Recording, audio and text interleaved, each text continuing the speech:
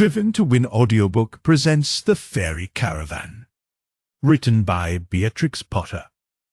Let's begin the story. Chapter 1. In the land of green ginger, there is a town called Marmalade, which is inhabited exclusively by guinea pigs. They are of all colors, and of two sorts. The common, or garden, guinea pigs are the most numerous. They have short hair, and they run errands and twitter. The guinea pigs of the other variety are called Abyssinian cavies. They have long hair and side whiskers, and they walk upon their toes. The common guinea pigs admire and envy the hair of the Abyssinian cavies. They would give anything to be able to make their own short hair grow long. So there was excitement and twittering amongst the short-haired guinea pigs when Messrs. Ratton and Scratch, hair specialists, sent out hundreds of advertisements by post describing their new elixir. The Abyssinian cavies, who required no hair stimulant, were affronted by the advertisements. They found the twitterings tiresome. During the night between March 31st and April 1st, Messrs. Ratton and Scratch arrived in Marmalade. They placarded the walls of the town with posters, and they set up a booth in the marketplace. Next morning, quantities of elegantly stoppered bottles were displayed upon the booth. The rats stood in front of the booth and distributed handbills describing the wonderful effects of their new quintessence. "Come by, come by, come by. Buy a bottleful and try it on a doorknob. We guarantee that it will grow a crop of onions," shouted Messrs. Ratton and Scratch. Crowds of short-haired guinea pigs swarmed around the booth. The Abyssinian cavies sniffed and passed by upon their toes. They remarked that Mr. Ratton was slightly bald. The short-haired guinea pigs continued to crowd around, twittering and asking questions, but they hesitated to buy. The price of a very small bottle, holding only 2 thimblefuls, was 10 peppercorns. And besides this high charge, there was an uncomfortable doubt as to what the stuff was made of. The Abyssinian cavies spread ill-natured reports that it was manufactured from slugs. Mr. Scratch emphatically contradicted this slander. He asserted that it was distilled from the purest Arabian moonshine. "And Arabia is quite close to Abyssinia," said Mr. Scratch with a wink, pointing to a particularly long-haired Abyssinian cavie. "Come by a sample bottle, can't you? Listen to these testimonials from our grateful customers," said Mr. Ratton. He proceeded to read aloud a number of letters, but he did not specifically deny a rumor that got about a certain notorious nobleman, a much-married nobleman, who had bought a large bottle of the quintessence by persuasion of the first of his 8 wives. This nobleman, so the story ran, had used the hair stimulant with remarkable results. He had grown a magnificent beard, but the beard was blue, which may be fashionable in Arabia, but the short-haired guinea pigs were dubious. Messrs. Ratton and Scratch shouted themselves hoarse. "Come buy a sample bottle, half price, and try it for salad dressing.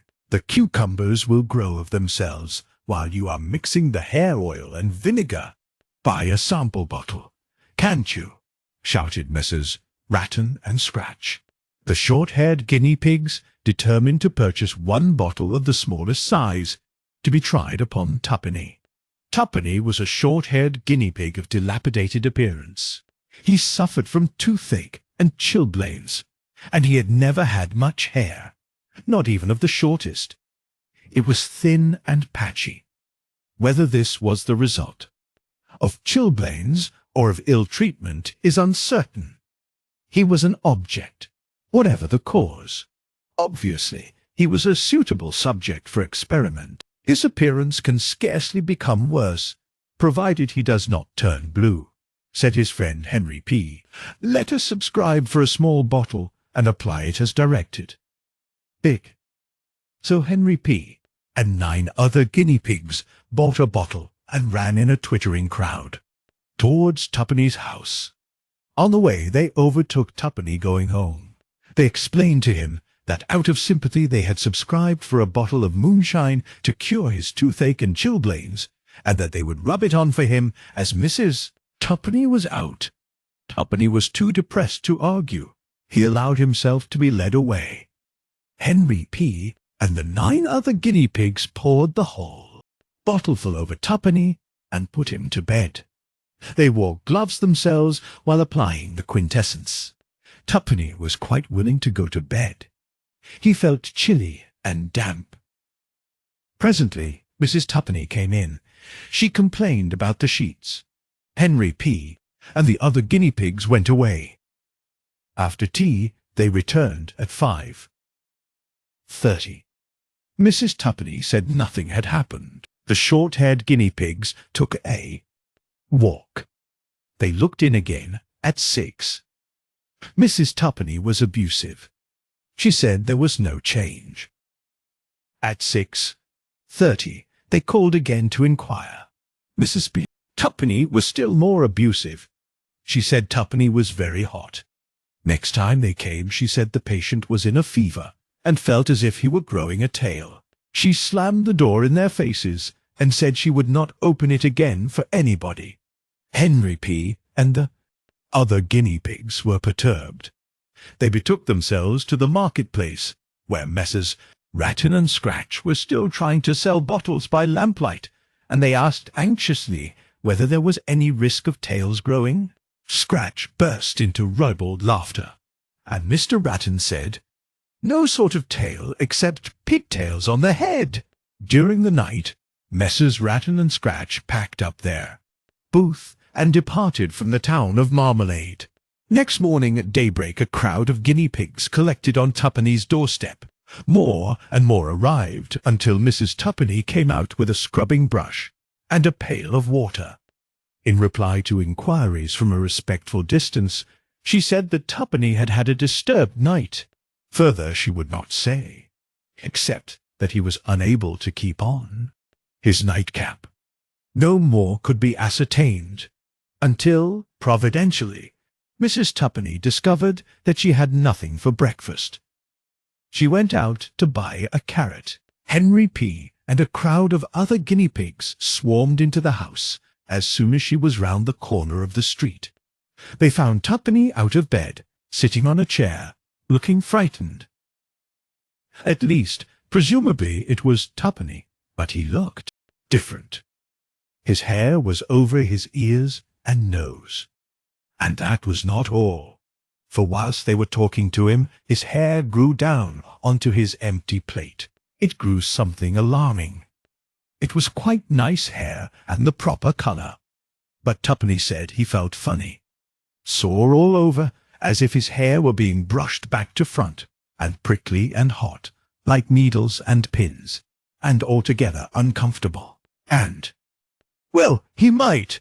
His hair, it grew, and it grew, and it grew, and it grew, faster and faster, and nobody knew how to stop it. Messrs. Ratton and Scratch had gone away and left no address.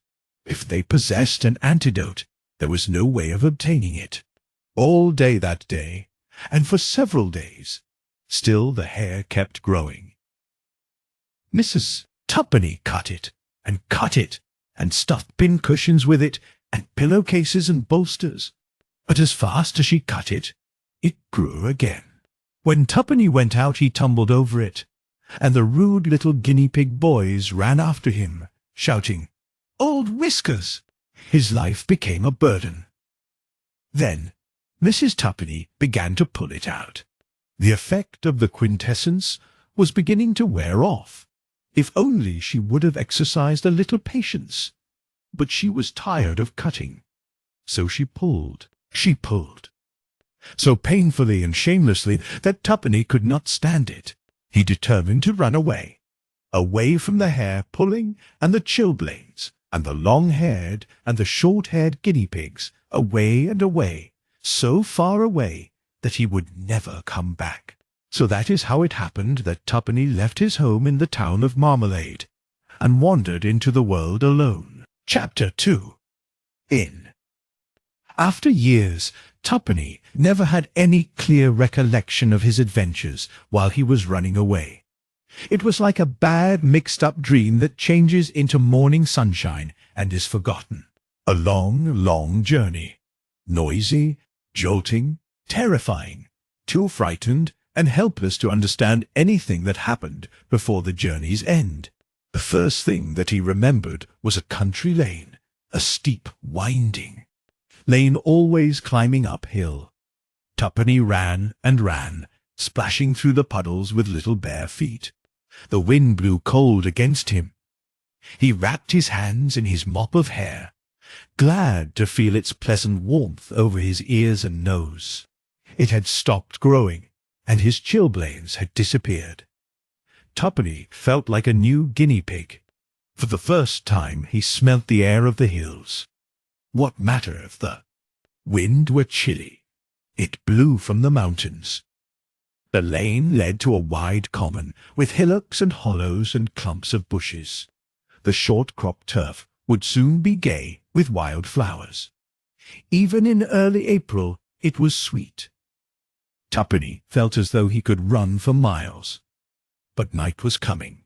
The sun was going down in a frosty orange sunset behind purple clouds. Was it clouds, or was it the hills? He looked for shelter and saw smoke rising behind some tall savin bushes. Tuppeny advanced cautiously and discovered a curious little encampment. There were 2 vehicles, unharnessed. A small shaggy pony was grazing nearby. One was a 2-wheeled cart, with a tilt, or hood, made of canvas stretched over hoops. The other was a tiny 4-wheeled caravan. It was painted yellow, picked out with red. Upon the sides were these words in capital letters: Alexander and William. Circus. Upon another board was printed: The Pygmy Elephant, the Learned Pig, the Fat Dormouse of Salisbury, live polecats and weasels. The caravan had windows with muslin curtains, just like a house. There were outside steps up to the back door, and a chimney on the roof. A canvas screen fastened to light posts sheltered the encampment from the wind. The smoke which Tuppeny had seen did not come from the chimney. There was a cheerful fire of sticks burning on the ground in the midst of the camp. Several animals sat beside it, or busied themselves with cooking. One of them was a white West Highland terrier. When he noticed Tuppeny, he commenced to bark. The pony stopped grazing and looked round. A bird, who had been running up and down on the grass, flew up to the roof of the caravan. The little dog came forward barking. Tuppeny turned and fled. He heard yap, yap, yap, and grunt, grunt, grunt, grunt, and pattering feet behind him. He tripped over his hair and fell in a twittering heap. A cold nose and a warm tongue examined Tuppeny and turned him over. He gazed up in terror at the little dog and a small black pig who were sniffing all over him. Whatever sort of animal is it, Sandy? Never saw the like. It seems to be all hair. What do you call yourself, Fuzzywig? Please, sir. I'm not a Fuzzywig, a fuzzy pig. Please, sir, I'm a guinea pig. What? A pig? Where's your tail? Said the little black pig. Please, sir, no tail I never had. No guinea pig, no. Tail? No guinea pigs have tails, twittered Tuppeny in great alarm. What? No tails? I had an uncle with no tail, but that was accidental. Carry him to the fire, Sandy. He is cold and wet. Sandy lifted Tuppeny delicately by the scruff of the neck. He held his own head high and curled his tail over his back to avoid treading on Tuppeny's hair. Paddy Pig scampered in front. What? We found a new long-haired animal. Put more sticks on the fire, Jenny Ferret. Set him down beside the Dormouse, Sandy. Let him warm his toes. The person addressed as Jane Ferret was an oldish person, about 12 inches high when she stood upright. She wore a cap, a brown stuff dress, and always a small crochet crossover. She filled up the teapot from a kettle on the fire, and gave Tuppeny a mug of hot balm tea and a baked apple. He was much comforted by the warmth of the fire, and by their kindness. In reply to questions he said his name was Tuppeny, but he seemed to have forgotten where he came from. Only he remembered vaguely that his hair had been a grievance. The circus company admired it prodigiously.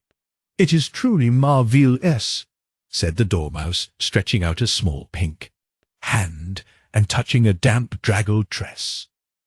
"Do you use hairpins?"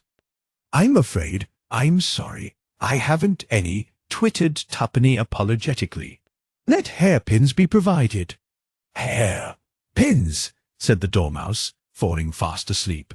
"I will go fetch some in the morning if you will lend me your purse," said Icky Shepster the Starling, who was pecking a hole in the turf to hide something you will do nothing of the sort. "Bring me my teaspoon, please," said Jenny Ferret. The Starling chittered and laughed, and flew to the top of the caravan where he roosted at night. The sun had set. The red firelight danced and flickered round the camp circle. The pony dozed beside the caravan, lazily whisking his long tail. Sandy was lying stretched before the fire and panting with the heat. He watched Tuppeny with bright brown eyes through his shaggy white eyebrows. "Tuppeny, where are you going to?" "I have forgotten." "What do you intend to do with yourself?" "I don't know." "Let him ride in the tilt cart," said Pony Billy. They were the first words that he had spoken. "Tuppeny, will you come with us? You shall have your share of fun, and peppercorns, and sugar candy. Come with us and join the circus." "Tuppeny!" cried all the little animals. "I think I would like to. Yes, please, thank you," twittered Tuppeny shyly. "Quite right, quite right." "What?" said the small black pig. "Lucky you found us today. We will be over the hills and far away tomorrow." Wake up, Zarifa Dormouse, get into your sleeping box. And you, Tuppeny, shall go to bed in this hamper. Good night." Chapter 3. Tuppeny fell asleep at once, and slept for many hours. He awoke in the dark, and he bumped his head against the lid of the hamper. The tilt cart was jolting and rumbling. "Don't be frightened," said a pleasant little voice from a neighboring nest box. "We are only moving camp. Sleep again." "Sleep," said the Dormouse. Tuppeny stopped twittering. Presently there was a still more violent lurch. Tuppeny squeaked loudly. The cart stopped, and the black pig pushed back the canvas curtain of the hood. What? Squeaking, twittering, at 3 o'clock in the morning. It will wake the Dormouse. Please, Mr. Paddy Pig, I dreamed I was in a ship." What? A ship? Seasick. It's only me pulling the cart. Go to sleep again directly, little guinea pig man." Tuppeny obediently curled himself up in his hay bed. When he woke again, it was broad daylight and a bright windy morning. The caravan company was snugly encamped on a green level sward near an old stone quarry. There was a semicircle of high grey rocks, topped with broom bushes, that swayed and bobbed in the rushing east wind. White clouds raced overhead, and Jenny Ferret's fire puffed and sputtered, in spite of comparative calm down below in the quarry. At the foot of the rocks for many years the big folk had been tipping rubbish. Old pots and pans, fruit tins, jam pots, and broken bottles. Jenny Ferret had built a stone fireplace. She was cooking with an old frying pan and some sardine tins. In fact, she was trying which tins would hold water with a view to carrying off a stock of cooking utensils. Paddy Pig was stirring the porridge for breakfast. Pony Billy grazed on the rough grass on the quarry bank. Sandy was nowhere to be seen. "Wake up! Wake up! Zariffa!" whistled the starling. "Wake up, new long-haired animal! My! What a mop of hair! It's full of hay seeds! What? You meddlesome bird! His hair is beautiful! It will draw crowds when he is dressed up," said Paddy Pig, stirring vigorously. "If I had hair like that, I could play Sleeping Beauty," said the Dormouse. She sat on the step of the caravan, washing her face and hands rapidly, and cleaning her sleek chestnut coat. She had black beady eyes, very long whiskers, and a long furry tail with a white tip. Her nose and eyebrows were turning grey. She was a most sweet person, but slumberous. "Madam, you sleep, and you are beautiful," said Paddy Pig, turning round and bowing low, with the wooden thimble in his hand. The little fat old Dormouse laughed till she shook like jelly. "Never mind, Tuppenny. I will brush it for you. Where is Sandy?" "Gone to buy a fiddle-string, gone to buy fine clothes for Tuppenny," whistled the starling. "I trust he will remember. Hairpins. Have you a pocket comb, Tuppenny?" "I have no pocket. No comb, pocket comb I forgot." "You appear to have forgotten most things, Tuppenny," said Pony Billy. "You may borrow my curry comb if it is not too large." "I fear it would scrape him, Pony William, but we are obliged to you." "Come, Tuppenny, fetch a porridge saucer and sit beside me," said Zariffa. Tuppenny was rather silent during breakfast. He kept looking at the large print letters on the caravan. He pointed at them with his wooden spoon. "Shiver," he whispered. "Is it full of polecats?" Paddy Pig rolled on the ground with laughing. "Where is the pygmy elephant?" "That's the secret," said Jenny Ferret. "Here, Icky Shepster, help me to tidy up. Zariffa will be busy all morning combing out those tangles." So then began the brushing of the hair of Tuppenny, which became a daily task. At first there were pulls and twitches and squeaks, even some hopeless tangles which had to be snipped out with Zariffa's small scissors. But after it was combed through, it was easily kept in order. The brushing became a pleasure to the two little barbers. Tuppenny combed in front, and Zariffa brushed behind. Whenever the brushing stopped, Tuppenny looked over his shoulder and discovered that Zariffa had fallen fast asleep. She told him stories to keep herself awake, and she answered his many questions. "Who plays the fiddle, Zariffa?" "Paddy Pig." "Sandy plays the bagpipes, and each of them does step dancing. Paddy Pig dances jigs, and Sandy dances reels, and all of us do country dances." No, I am not too old and fat," said Zariffa, laughing. "I can dance Hunsdon House, and I can dance a minuet with Belinda Woodmouse. Perhaps we may be dancing this evening, but there is not much room in the quarry. We will soon be moving on again."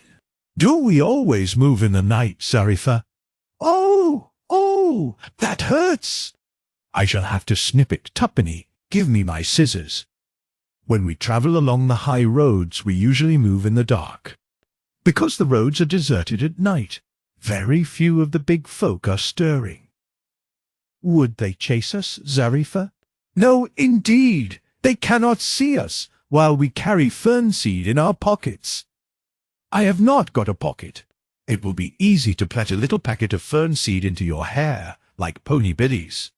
He carries one in his mane, in a plate that we call a witch stirrup. But he once had an adventure when he lost his fern seed." "I did not lose it. It was stolen for mischief," said Pony William with a snort. "He was grazing near them. Anyway, he was not invisible. He had no fern seed, so the big folk could see him. Now, Tuppenny, sit still while I finish brushing your hair, and you shall hear the story. Only you must understand that I did not see it happen. I do not travel with the circus in winter weather. I go to live with the Oakmen. Who are they sorry for? One thing at a time. Hold your head still and listen. Chapter 4. It happened one winter there was a long spell of snow. The circus company was camping in a lonely barn. During real hard weather, they usually preferred accessible places near farms and villages. But this snowstorm had caught them unexpectedly. Indeed, the little caravan itself was fast in a snowdrift under a hedge. The tilt cart had been dragged up to the barn, and the baggage had been carried inside. The building was dry and fairly comfortable. But unfortunately, the great double doors could not be opened. So poor Pony Billy had to remain outside. The others, including Paddy Pig, contrived to squeeze between the upright wooden bars of an unglazed low window. There was dry bracken bedding in the barn, but no hay. Pony Billy ate rough grass that grew through the snow upon the banks. He even did some digging with his forefeet, like the sheep. But when the snow continued day after day, it became necessary for him and Sandy to go foraging.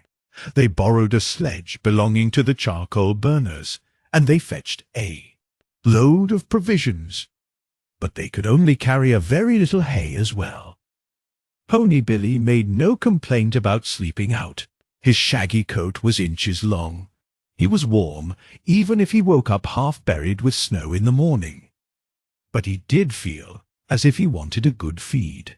So one afternoon in the early darkening he announced that he intended to sup, and possibly stay a night or two, with the gypsies. Donkey, Cuddy Simpson. Sandy was not pleased. He did not mind Pony Billy going, but he, Sandy, would have liked to go too, and spend a merry evening with Eddie Tinker and the gypsy lurchers. Pony William considered the donkey a harmless, respectable animal, certainly very hard-working. But the Tinker dogs were another matter. They were suspected of all manner of crimes, including sheep, stealing and poaching. Therefore, he said firmly that it was Sandy's duty to stop with the caravan. Ikey Shepster, the starling, joined in the argument. He said people who were not sharp enough to look after their own property deserved to lose it. He ran up and down on Pony Billy's back and twitched his mane and chittered. Pony Billy set off at dusk, walking up the lane that led to the main road. There was deep drifted snow against the walls and hedges. The lane was blocked for carts. Only in the middle there was a beaten trod. The big folk from a farm further south had been using it, and the postman had followed it as a shortcut.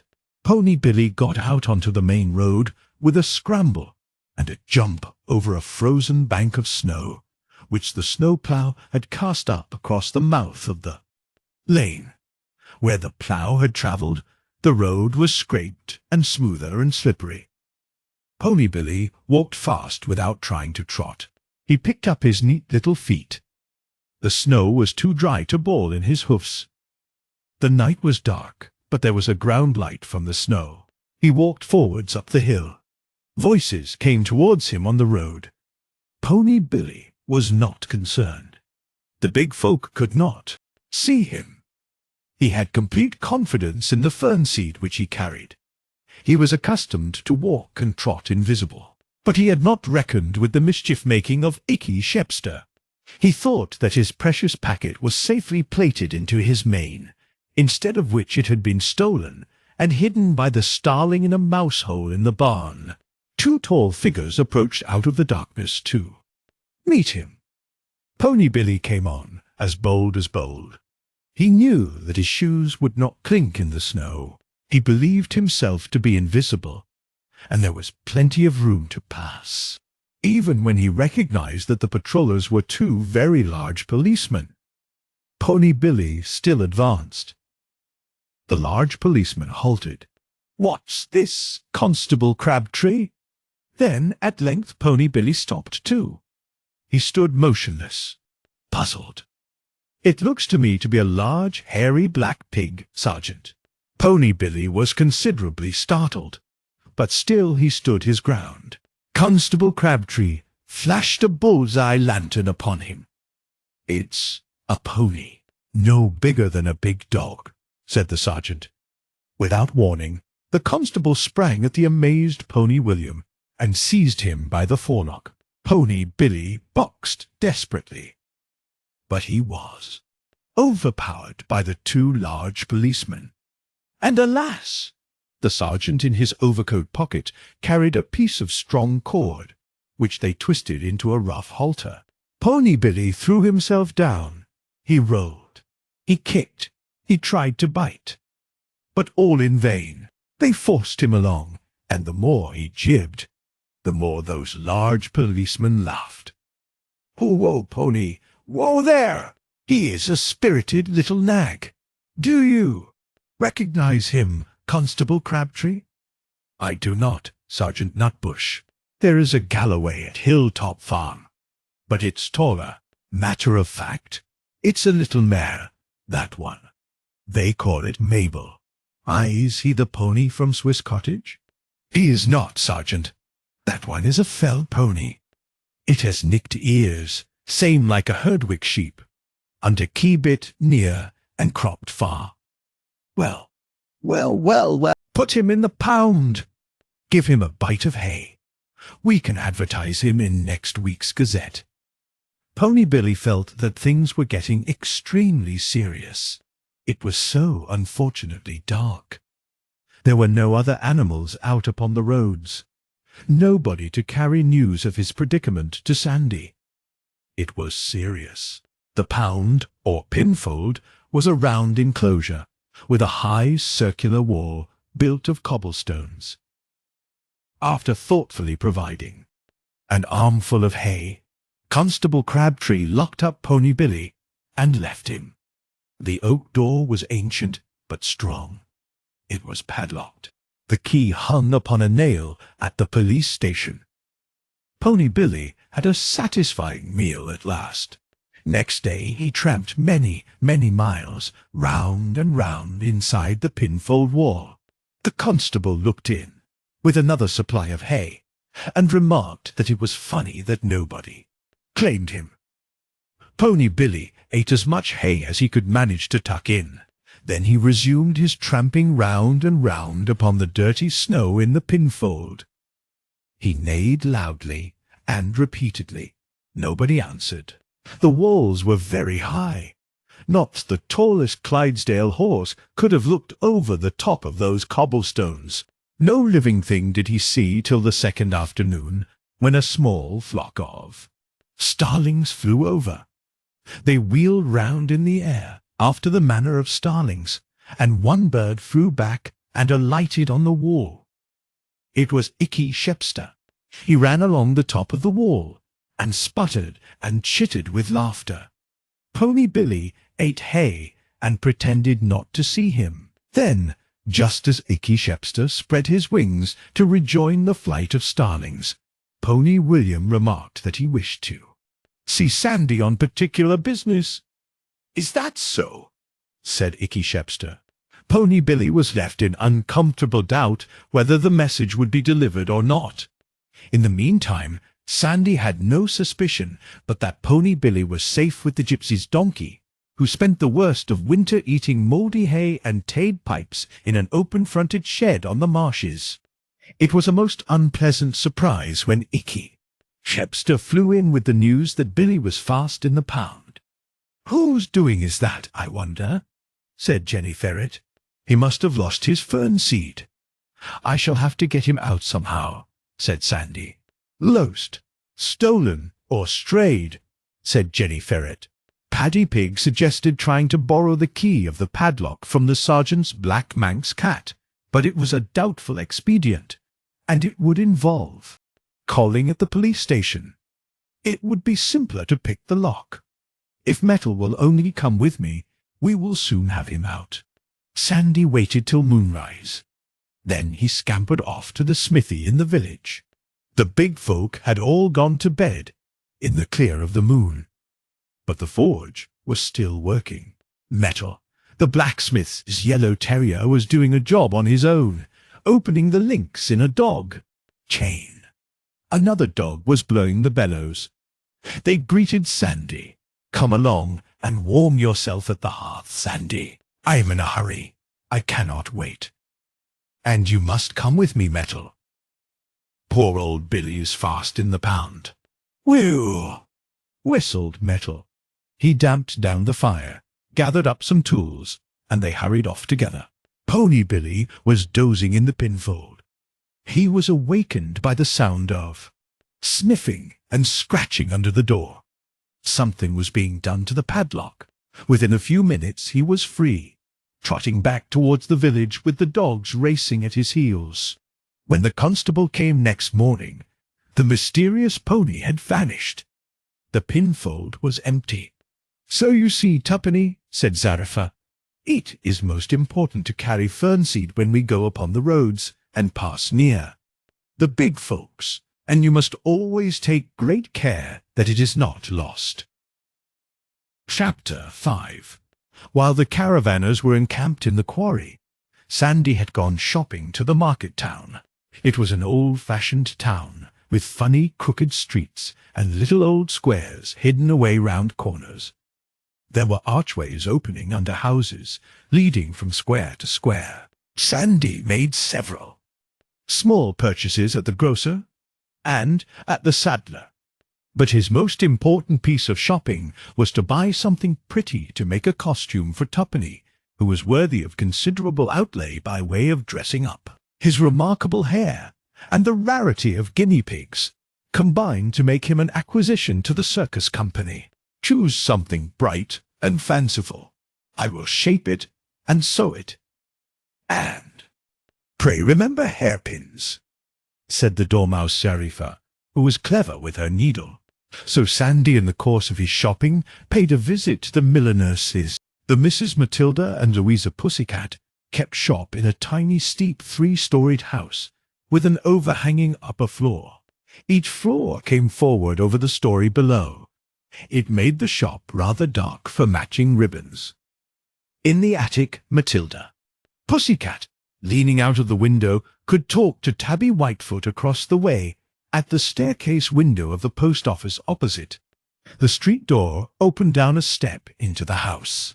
On the right-hand side of the passage was a tiny parlor, containing a polished mahogany table and 3 chairs with horsehair seats. On a side table were the tea tray and the best tea service, and some shells, and coral under a bell glass. By the fireplace were 2 wicker chairs with pink cushions. Some black silhouette portraits of cat ancestors hung on the wall, and on the mantelpiece stood a pot snuff-box figure, shaped like an owl. Its head took off, and the box body contained pins and buttons, not snuff. The muslin curtains were spotlessly white. On the other side of the passage was the milliner's shop, and a dark little kitchen behind it. The Mrs. Pussycats lived principally in the kitchen.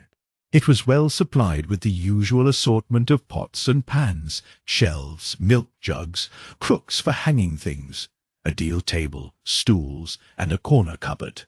The only unusual feature in the kitchen was a small window under the plate rail. This window did not look out of doors like other windows. It looked into the shop.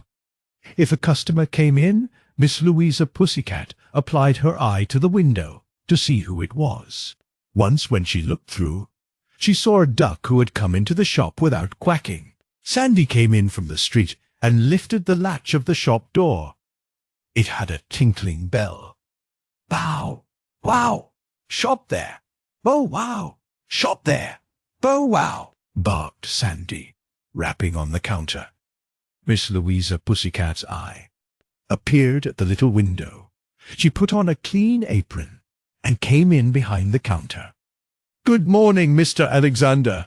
I hope I see you well. What can I have the pleasure of showing you?" "First rate, Miss Louisa. And how's yourself and Miss Matilda this cold weather?" "I am very well, I thank you, Mr. Sandy. But I regret to say that my sister, Miss Matilda Pussycat, has neuralgia. A fishbone, Mr. Pitt.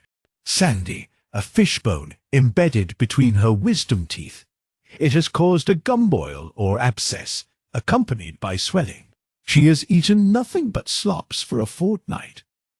That would disagree with me, said Sandy. Indeed, my poor sister Matilda is becoming as thin as a cat's lug, as the saying is. But the spring fashions are a great divertisement and alleviation, Mr. Sandy. See here what a sweet thing in collars, Mr. Sandy, and these neckties and tabby muslins, quite the latest from Catchester. Is it for yourself or for a lady, Mr. Alexander? Well, it's for a guinea pig, to tell you the truth, Miss Louisa. A guinea pig! Is that a species of wild boar, Mr. Sandy? Does it bite? No, no! A most genteel and timid little animal, Miss Louisa. He is going to play in our circus, and we want to dress him up.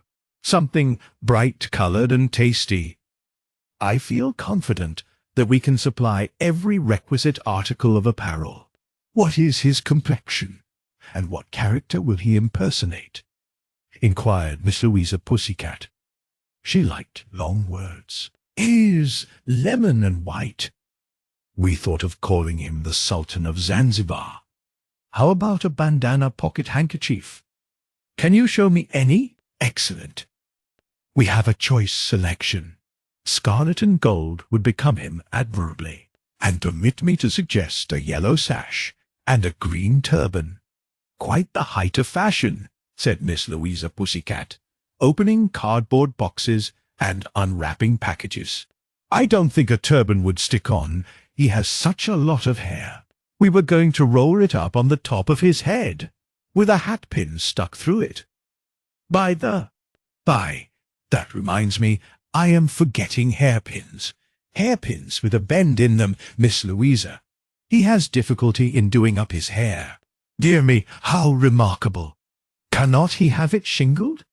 But it would be bad for trade. You would be surprised how the sale of hairpins has diminished. We are seldom asked for them. Miss Louisa clattered open numbers of little drawers behind the counter in search of hairpins.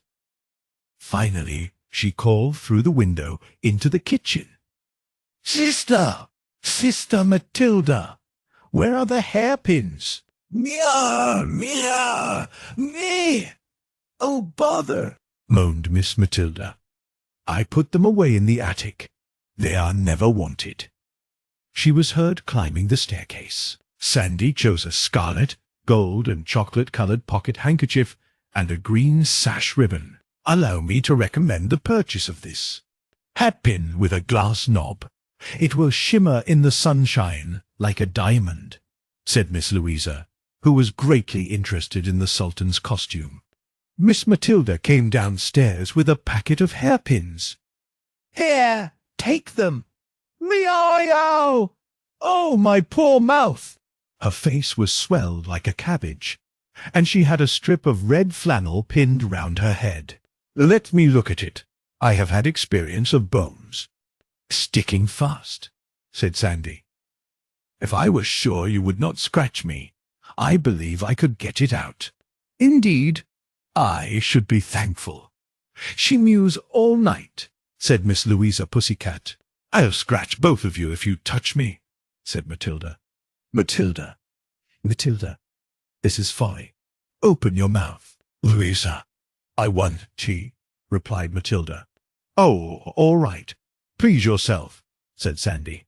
Will you make out my bill, Miss Louisa? Let me see. Half a yard of ribbon at 9 peppercorns a yard. 4 1/2. 1 crystal hatpin, 7 peppercorns. 1 pocket handkerchief, 11 peppercorns. That makes 22 1/2 peppercorns. More. You have forgotten to charge for the hairpins, Louisa. Hairpins, 1/2 peppercorns. That gets rid of the half. Small change is troublesome, is it not, Mr. Not, Alexander? 24 peppercorns exactly, thank you. Buy. The buy. What is the smallest size you stock in fancy slippers, Miss Louisa? Kitten quarter twos. Sandy, said Miss Louisa, reaching up towards the top shelf. I am afraid that would be too large. No. Don't trouble, please, to get them down. I know they would be too large, Miss Louisa. At this point, Miss Matilda again mewed dismally. Ma, Maya, ah! Oh, Maya, ah! Oh, my poor face! I am out of patience with that wearisome fishbone. Sister, why will you not allow our obliging customer to examine it? What do you want me to do? Asked Matilda crossly. Put on these wash-leather gloves, so that you cannot scratch. Sit back in this chair. So. Now open your mouth. Matilda opened it wide with the intention of spitting at them. Instantly Miss Louisa wedged a spoon between her jaws. Quick, Mr. Sandy! Get the sugar tongs off the tea tray in the parlour. That's it. Quick, before she scratches us. She is kicking her slippers off to scratch. After a brief struggle, Sandy held up the fishbone in the sugar tongs, while Matilda Pussycat made loud howls. Indeed, Mr. Sandy, the firm is under a great obligation to you. She had not trimmed one hat during the last fortnight, besides disturbing my rest. Pray do us the favour to accept this short length of blue ribbon, which I will enclose in your parcel as a present from us both. Speak for yourself, sister. I hate dogs, said Matilda Pussycat, spitting and sputtering. Good morning, Mr. Alexander. Good morning, Mrs. Pussycats. And so Sandy was bowed out at the front door with his parcel. It was quite 3 days before the swelling disappeared, and when the Mrs. Pussycats had friends to tea next Saturday, the sugar tongs were discovered to be somewhat bent. Sandy's purchases were much approved by the rest of the circus company, especially the hatman. Zaripha the dormouse sat upon a hazel twig that lay upon the moss. She stitched busily. She was making the gold and scarlet pocket handkerchief into a robe for Tuppeny. Tuppeny sat opposite to the dormouse, holding 2 sides of the handkerchief while she sewed them together. It is a long scene, Zaripha. Shall I tell you a story to pass the time? That would be lovely, Zaripha. Let me see. What shall it be? I will tell you about Little Mouse. Who was Little Mouse, Zaripha? I don't know, Tuppeny. She was just a little mouse, and she was asked to a wedding. And she said, What shall I wear? What shall I wear? What shall I wear? There is a hole in my old grey gown, and the shops are shut on a Wednesday. You see, Tuppeny, it was the day before the wedding, and the shops were not open. So she said, What shall I wear? What shall I wear? And while Little Mouse was wondering, there came to the door of her little house an old buff, green-striped caterpillar man, with a band across his shoulder and a pack upon his back. And he sang, Any tape, any buttons, any needles, any pins, any hooks, any eyes, any silver safety pins, any ribbons, any braid, any thread of any shade, any fine spotty muslin today, He turned the band over his head and stood the pack open on the doorstep, and showed Little Mouse his wares. And she bought fine, spotty muslin from the caterpillar man. Little Mouse spread the muslin on her table, and she cut out a mob-cap and tippet. Then she said, I have scissors and thimble and needles and pins, but no thread. How shall I sew it? How shall I sew it? Then, by good luck, there came to the door of her house a hairy brown spider with 8 little eyes. He, too, had a pack, a tin box on his back, and his name was Web Spinner. He sang, Spinneret, Spinneret, the best you can get, reels and bobbins, bobbins and reels.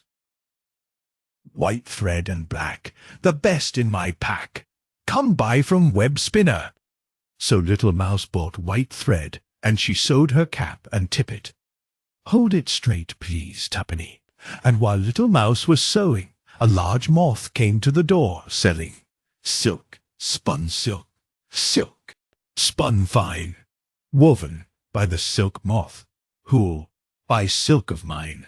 Her silk was apple green, shot with thread of gold and silver, and she had gold cord and silken tassels too. Little Mouse bought silk enough to make herself a gown, and she trimmed it with gold cord and tassels. And when she was dressed, attired all in her best, she said, "How can I dance? How can I dance with the fair maids of France? With my little bare feet?" Then the wind blew the grass and whispered in the leaves, and the fairies brought little Mouse a pair of ladies' slippers, and little Mouse danced at the wedding.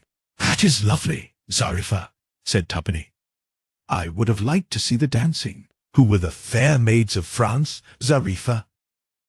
"Little prim white flowers with white double ruffs and green stockings, and the ladies' slippers. Were they flowers too?" "Yes, Tuppenny. And so are the lamb's toes, and ladies' smocks and fox gloves." "Do foxes wear gloves, Zariffa?" "Perhaps, but their real name is folks' gloves, fairy gloves. The good folk, the fairies, wear them." "Tell me about the fairies, Zariffa." "Another time I will, Tuppenny. My seam is finished, and Jenny Ferret is boiling the kettle for tea." Chapter 7. Spring advanced. The caravan wandered along green ways. Primroses were peeping out at the edge of the coppice. The oaks showed a tinge of gold. The wild cherry trees were snow-white with blossom. Beech trees and sycamores were bursting into leaf. Only the ash trees remained bare as in midwinter.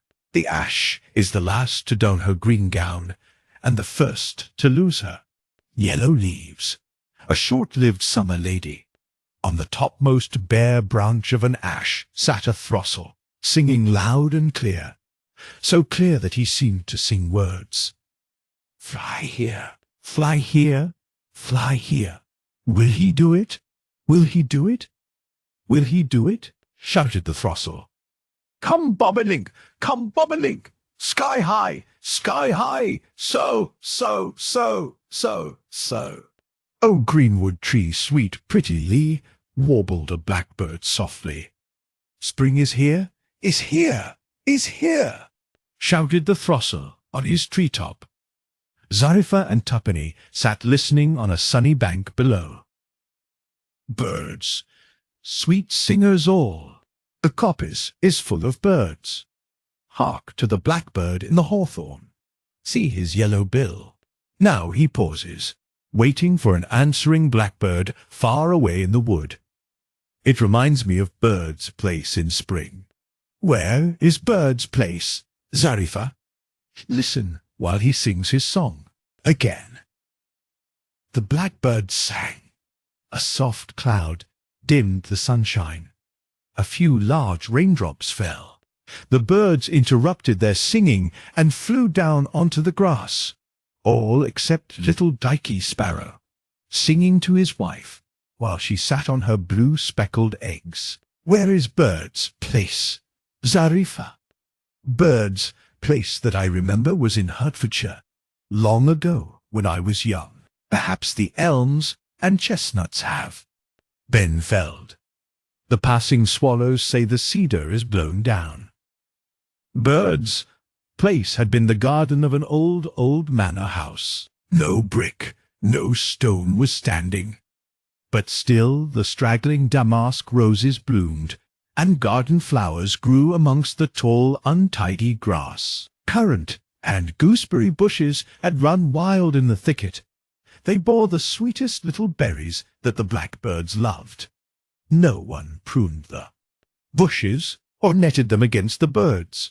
No one except birds gathered the strawberries that were scarcely larger than wild white strawberries of the woods. It was a paradise of birds. The outer side of the grove was bounded by a high, close-latticed wooden fence, grey-green and lichen-grown, with rusty nails along the top that kept out village boys and cats, birds and butterflies and flowers, lived undisturbed in that pleasant green wilderness that had once been a garden. And in the middle of the mossy grass plot stood the glory of the garden, the great cedar. Its head towered high above the self-sown saplings of the grove. Its wide-spreading lower branches lay along the mossy grass, where orange-tipped butterflies flitted, and red-tailed velvety bees gathered honey from the cowslip. Flowers. Spring following spring, a pair of missel thrushes built their nest upon a branch low down, and the ring doves nested and cooed higher up. Starlings and nuthatches reared their broods in holes about the trunk. The great cedar was large enough for all. The grove was carpeted with flowers, ground ivy, forget-me-nots, blue periwinkle. Amongst the bushes grew peonies and sweet-smelling daylilies of the old garden, along with wild flowers, cow parsley and white stitchwort that we called milkmaids, and pink ragged robin, and cuckoo pint that is called lords and ladies, and everywhere primroses amongst the moss. There, in a nest thatched with brown chestnut leaves, I was born, I and my little dormouse sister and brother. What were their names, Zarifa? But Zarifa continued, Never anywhere have I seen so many flowers or listened to so many birds. Even at night, when it was dark, and our mother had closed up the opening of our nest with plaited leaves and grass. Even in the deep black velvety darkness came the low, slow note of a bird. I do not think that the nightingale's is actually sweeter than a blackbird's song, but it is weird and wonderful to hear it in the black silence of the night. There are no nightingales up here in the north, Tuppenny, but there are bonny songsters nevertheless. Father Blackbird in the hawthorn bush made me think about Bird's Place. Tell me about the nest and your little dormouse brother and sister. But Zarifa did not answer. She had fallen fast asleep, dreaming peacefully of springtime in Bird's Place. Tuppenny! Tuppenny! Called Jenny Ferret. Come and help me to spread the tea things underneath the caravan. Spring showers can be uncommonly wetting. Tuppenny, said Pony William, munching mouthfuls of grass between his words. Tuppenny, do not ask Zarifa questions about her dormouse sister and brother. She suffered from a distressing want of appetite when she first travelled with us. It is unwise to remind her of Adolphus. I am sorry. No, yes, certainly, twittered Tuppenny. I am not to. Who was Adolphus? Not to talk about. How many teaspoons will I fetch for you, Mrs. Jenny Ferret? Only 3 teaspoons this time, Tuppenny, for you and me and Zarifa. Pony Billy does not use a spoon, and Paddy Pig drinks his tea without stirring. And Icky Shepster is not here, thank goodness. Where has he flown to, Jenny Ferret? Up and down, and round about, scattering handbill leaves to tell the little folk all about our circus show tomorrow in the morning early. The leaves were green leaves, veined and penciled, like as if marked by leaf-tunneling insects. But the birds and beasts of the woods and fields know how to read them. Mice, squirrels, rabbits, and birds as well as. The larger farm animals picked up the leaves, and they knew where to look for the circus. Paddy Pig was an important member of the circus company. He played several parts. The learned pig that could read, in spectacles, the Irish pig that could dance a jig, and the clown in spotty calico. And he played the pygmy elephant. It was done in this way. He was the right elephant colour, shiny black, and he had the proper flap ears and small eyes. Of course, his nose was not nearly long enough, and he had no tusks. So tusks were shaped from white peeled sticks out of the hedge, and a black stocking was stuffed with moss for a trunk. The tusks and trunk were fastened to a bridle, which Paddy Pig wore on his head. His own nose was inside the stocking, so he could move the sham trunk a little bit. One time, when there was too much moss stuffing in the stocking, Paddy Pig started sneezing, and he sneezed so violently that he sneezed the stocking off altogether. Fortunately, this happened at Fold Farm, where the audience was only calves and poultry. They knew so little about elephants that they thought it was part of the performance. Paddy's thin legs were clothed with black calico trousers, long enough to hide his small feet, and he learned to walk with a slow swinging gait. His worst fault was forgetting to let his tail hang down. Upon his back he carried a howdah made of a brightly coloured tin tea caddy. The lid was open, and inside upon a cushion sat the dormouse, as Princess Zarifa. She had a doll's parasol, a blue dress, and a crimson shawl, and a lace handkerchief across her nose, with her black beady eyes peeping over it, provided she was not asleep. After Tuppenny joined Alexander and William's circus, he rode on the elephant's neck in front of the howdah, holding on by the bridle, as Paddy Pig was slippery. Tuppenny's get-up was gorgeous as the Sultan of Zanzibar. He wore the scarlet bandana handkerchief robe, a brass curtain ring round his neck, a green sash with a wooden sword stuck in it, and the crystal-headed pin stuck in his turban of rolled-up hair. And at gala performances his whiskers were dyed pink. No one would have recognized him for the miserable, ill-used little guinea pig who ran away from his home in the city of Marmalade. And most audiences were completely deceived by the pygmy elephant. It is true, there was once some dissatisfaction. It was on an occasion when other pigs were present. During the first part of the program they behaved well. They squealed with delight when Sandy stood on his head on the back of Billy the pony, and when the pony jumped through a hoop, rolled a barrel about, and went down on one knee. The four little pigs applauded vociferously. Illustration: The circus show. Pony William and Sandy went out of the ring at a canter, and disappeared under the canvas flap door of the tent. There was rather a long interval.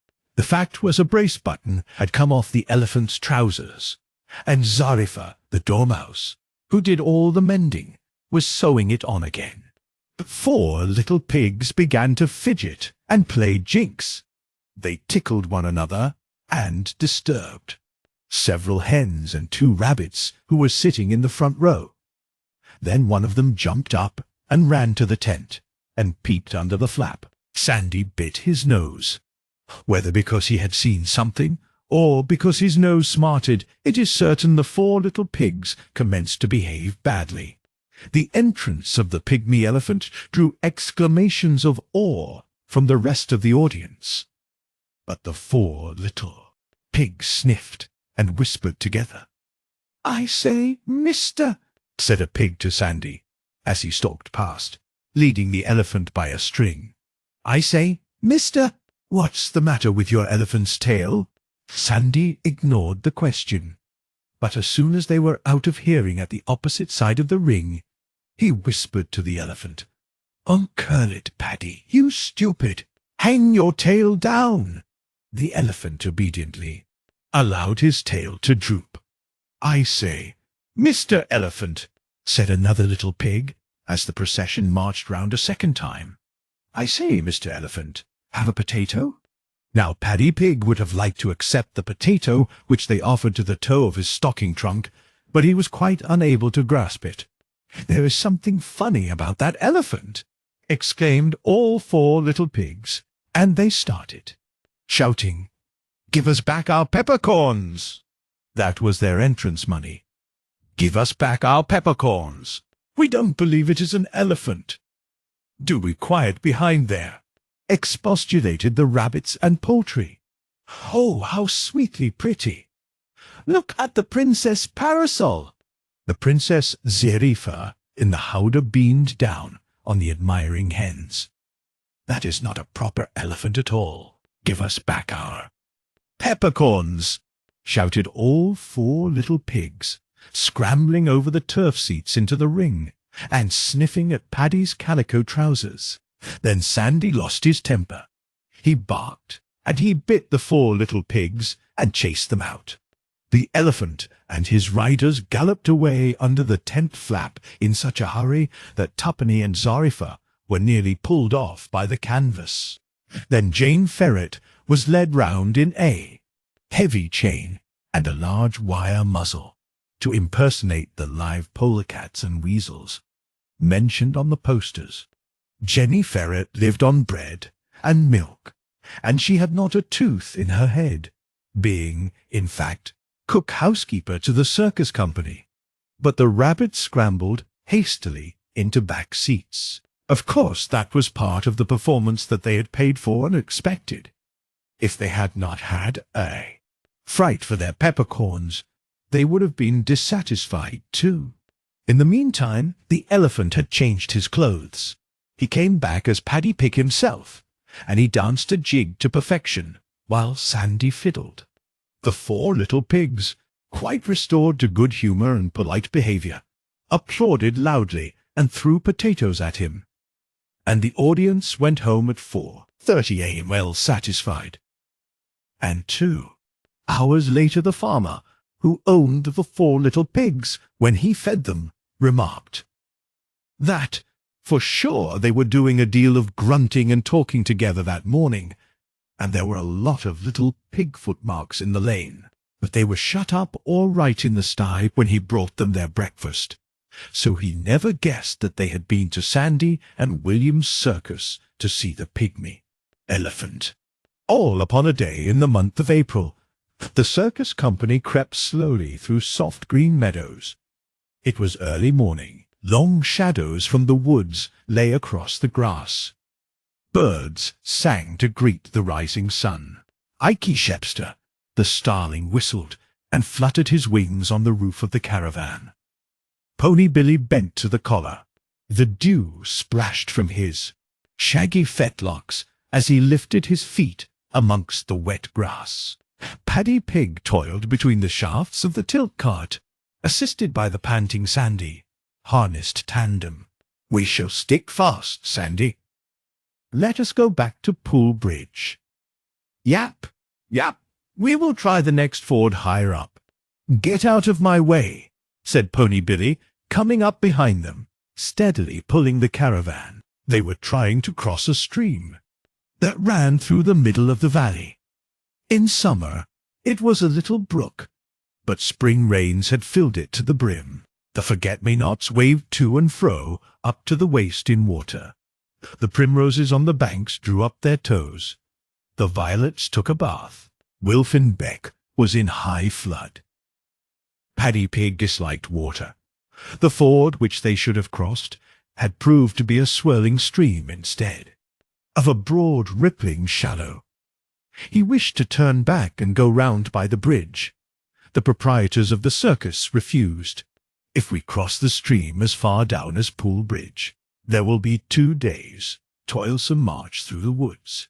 We broke a spring of the caravan last time we went by the drift road, and the wagoners have been snigging timber since then," objected Sandy. "Go on to the Eller's Ford," said Pony Billy. So Paddy Pig pulled, grunting, through the fast-asleep buttercups and daisies. Zarifa and Tuppeny, in the cart, were fast asleep too. Jenny Ferret was awake inside the caravan. A pot had hit her on the head, when the wheel sank into a drain and caused the caravan to lurch. When Tuppeny woke up and peeped out, the procession had halted and unharnessed beside the beck. Sandy was rolling on the grass. Paddy Pig was smoking a pipe and looking pig-headed, which means obstinate. "You will be drowned," said he to Pony Billy. The pony was pawing the water with his forefeet, enjoying the splashes, and wading cautiously step by step further across. "Drowned? Poof!" yapped Sandy, taking a flying leap splash into the middle. He was carried down several yards by the current, before he scrambled out on the further bank. Then he swam back. "It's going down," said Sandy, sniffing at a line of dead leaves and sticks which had been left stranded by the receding flood. Pony Billy nodded. "Let us pull round under the alder bushes and wait. Then you will not go back by Pool Bridge." "What? All across those soft meadows again?" "No. We will lie in the sun behind this wall and talk to the sheep while we rest." So they pitched their camp by the wall, where there is a water gate across the stream, and a drinking place for cattle. Pony Billy's collar had rubbed his neck. Sandy was dog-tired. Jenny Ferret was eager for firewood. Everyone was content except Paddy Pig. He did his share of camp work, but he wandered away after dinner, and he was not to be found at tea time. "Let him alone, and he'll come home," said Sandy. "Bah, bah," laughed some lambs. "Let us alone, and we'll come home, and bring our tails behind us." They frisked and kicked up their heels. Their mothers had come down to Wilfen Beck to drink. When their lambs went too near to Sandy, the ewes stamped their feet. They disapproved of strange dogs. Even a very tired little dog curled up asleep in the sun. The sheep watched Jenny Ferret curiously. She was collecting sticks and piling them in little heaps to dry. Short, shiny sticks that had been left by the water. Illustration. Ella-Tree Camp, Zarifa and Tuppeny were at their usual occupation, giving Tuppany's hair a good hard brushing. Zarifa was finding difficulty in keeping awake. The pleasant murmur of the water, the drowsiness of the other animals, the placid company of the gentle sheep, all combined to make her sleepy. Therefore it fell to Tuppeny to converse with the sheep. They had lain down where the wall sheltered them from the wind. They chewed their cud. "Very fine wool," said the eldest ewe, Tibby Woolstocket, after contemplating the brushing silently for several minutes. "It's coming out a little," said Tuppeny, holding up some fluff. "Bring it over here, bird," said Tibby to the starling, who was flitting from sheep to sheep and running up and down on their backs. "Wonderfully fine. It is finer than your Scotch wool, Maggie Dinmont," said Tibby Woolstocket to a black-faced ewe with curly horns who lay beside her. "Aye, it's vera fine." "And it's lang," said Maggie Dinmont, approvingly. "It would make lovely yarn for mittens. Do you keep the combings?" asked another ewe, named Habitrot. "I have a little bag. There is only a little in it." "Yes, please. I put it in a little bag," twittered Tuppeny, much flattered by their approbation. "Bah, bah, black sheep! 3 bags full," sang the lambs, kicking up their heels. Now, young lambs should be seen, not heard. Take care you will." "Fall in," said Tibby Woolstocket severely. 3 more ewes hurried up and gave their lambs a good hard bat with their heads, but the lambs minded nothing. The ewes, whose names were Ruth Twinter, Hannah Brighteyes, and Belle Lincropper, stepped down to the waterside to drink. Then they lay down by the others, and considered Tuppeny. "His hair is as fine as rabbit wool, and longer. Rabbit wool is sadly short to spin," said Habitrot.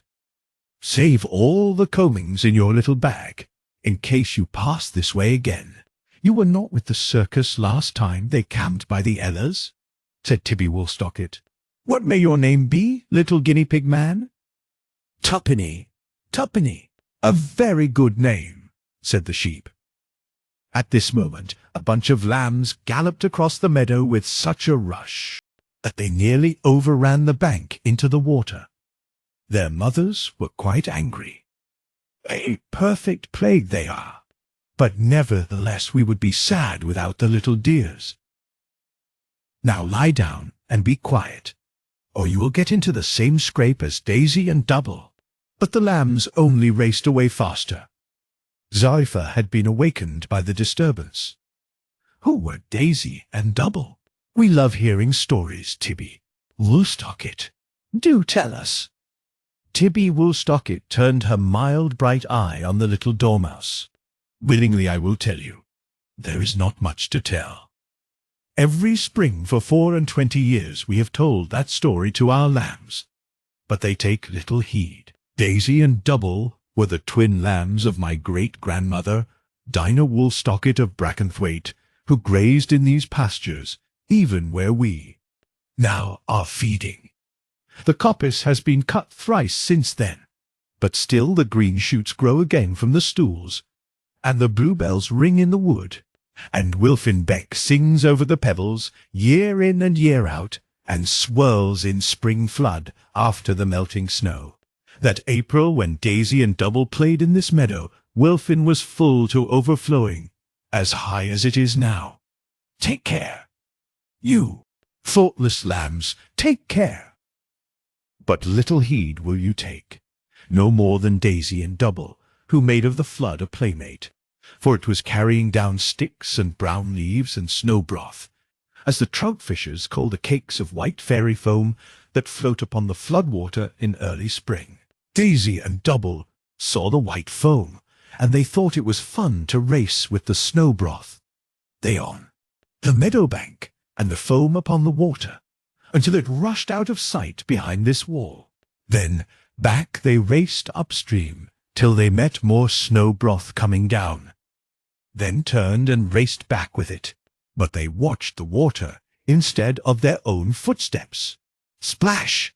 In tumbled Daisy, and before he could stop himself, splash! In tumbled Double, and they were whirled away in the icy cold water of Wilfin Beck. "Bah! Bah!" cried Daisy and Double, bobbing along amongst the snow broth. Very sadly they bleated for their mother, but she had not seen them fall in. She was feeding quietly by herself. Presently she missed them, and she commenced to run up and down, bleating. They had been carried far away out of sight, beyond the wall, beyond another meadow. Then Wilfin Beck grew tired of racing.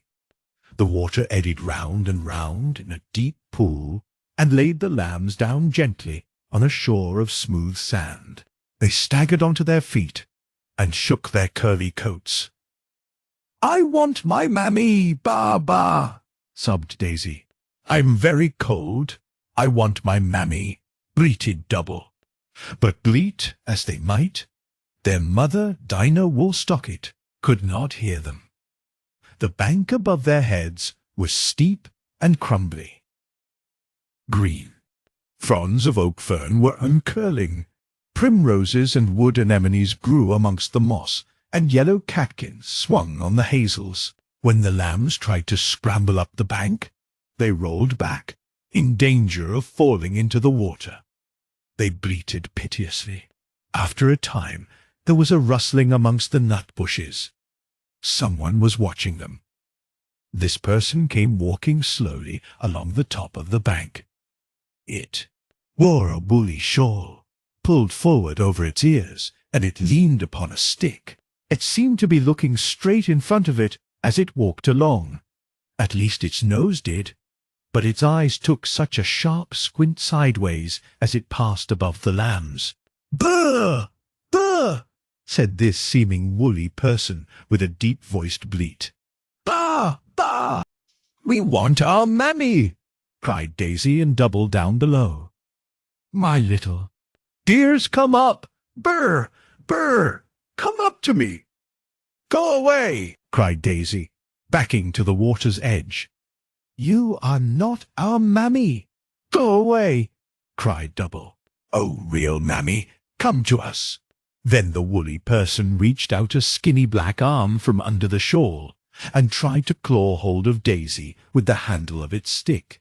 Its eyes were sharp and yellow, and its nose was shiny black. "Bah! Bah!" screamed Daisy, struggling and rolling down the bank, away from the crook. "Brr! Brr! Bad lambs, I'll have you yet." But what was that noise? A welcome whistle and shout. "Hey, Jack, good dog, go seek them out, lad." The wily one threw off the shawl and ran. with a long bushy tail behind him, and a big strong wall-eyed collie came bounding through the coppice on the track of the fox. When he came to the top of the bank, he stopped and looked over at Daisy and Double with friendly barks. Then John Shepherd arrived and came slithering down the bank between the nut bushes. He lifted up Daisy and Double and carried them to their mother. But it is in vain that we tell this tale to our lambs from generation to generation. They are thoughtless and giddy as of old. Well for us, sheep that. There's sturdy Kent and collie true. They will defend the tarry woo. Sing us the spinning song that the shepherd lasses sang when they sat in the sun before the shieling, while they cleaned the tarry fleeces. Carding and spinning. Tarry woo, oh tarry woo, is ill to spin. Card it wheel, oh card it wheel ere you begin. When it's carded, rolled, and spun, then your work is but half done. When it's woven, dressed, and clean, it is clothing for a queen. It's up, you shepherds, dance and skip, o'er the hills and valley trip. The king that royal sceptre sways has no sweeter holy days. Sing to the praise of tarry woo, sing to the sheep that bear it too. Who'd to be king? None here can tell, when a shepherd lives so well, and pays his due, with an honest heart and tarry woo. Chapter 10. Chapter 10. The sheep lay quietly, chewing their cud. Tuppenny fidgeted. When will Paddy Pig come back? I don't know, said Jenny Ferret crossly. I am only an old body. I'm wanting my tea. Ring the bell, Jenny Ferret, said Sandy. She clanged a little handbell up and down. The lambs sprang away, startled. The sheep lay unconcerned. The sheep talked to one another. Hey, Bell? Sheep bells are sweeter. Ruth Twinter, do you remember the Down Ram telling us about the Cotswold flocks? How with each flock 2-3 sheep go before, wearing bells. When they lift their heads from nibbling and step forward, the bells ring. Ting, ting, tong, tong, tong, tong, tong, tong, twinkle, tinkle, tinkle. Why has Mistress Hillis never given us bells? She will do anything for a sheep. I know not, answered Ruth Twinter. I can tell you from the wisdom of age, said the old Blue Ewe. 16 years gone by since first she nibbled the clover. I can tell you. It is because we Herdwicks range singly and free upon the mountainside. We are not like the silly southern sheep that flock after a bellwether. The Cotswold sheep feed on smooth sloping pastures near their shepherd. Said the Peat Ewe, Blindy, our northern winds would blow away the sheep bells. Feeble tinkle. From the low grounds to us comes a sound that carries further. Old John calling with a voice like a bell, calling his sheep to hay across the frozen snow in winter. Up spoke a dark Lonscale ewe, each to their own. The green fields of the south for them, the high fell tops for us who used to wander and find our way alone through mist and trackless waste. We need no human guide to set us on our way. No guide, nor star, nor compass, to set us a bee-line to Eskdale, said the bright-eyed Allenby ewe, that had knocked her teeth out when she tumbled down Scaw Fell. 2 of you Lonscales were runaways in spite of old John's hay. Who can langle the clouds or the wind? If we want to come back, we will. I wish our pig would do so, said Pony William. Ring that bell again. The sheep resumed their conversation. Where was it that they drove you, Hannah Brighteyes? Asked the little ewe Isabel. Nay, I did not stay to learn its place name. I came straight back to my heath on the fell. It was 8 miles. To Caukermouth Market, and 12 beyond. What short-wooled sheep could do that? Said Habit Trot. It takes strong hemp to langle us. "We want no bells and collars," said Blindy. "They would get caught on rocks and snags." "A sad death it must be to die fast," said Hilltop Queenie plaintively. "I would not like to be fast, like poor little Hoggy in the wood. He had eaten sticks and moss as far as he could reach, but he had not sensed a bite through the cruel bramble that held him, twisted round his woolly ribs. "Grown sheep can get crag fast," said Belling-Cropper. "I was fast in Falcon Crag. I knew each yard of slippery screes, and the chimneys or rifts that lead up to the high ledges. A summer drought had parched the herb. Only where water oozed from the rock face it was green. I went up and up, 100 feet, always feeding upwards. Down below, the treetops quivered in the heat, and a raven circled slowly. Dizziness is unknown to Herdwick sheep. I fed along a narrow ledge. A rock gave way beneath my feet. It clattered down into the abyss. I sprang across the gap and went on feeding. The grass was longer. It seemed as though no sheep had bitten it, nor had we. Our turning spot had been upon the stone that fell. I could not turn. I lived 30 days upon the ledge, eating the grass to the bone, parched by the sun and wind.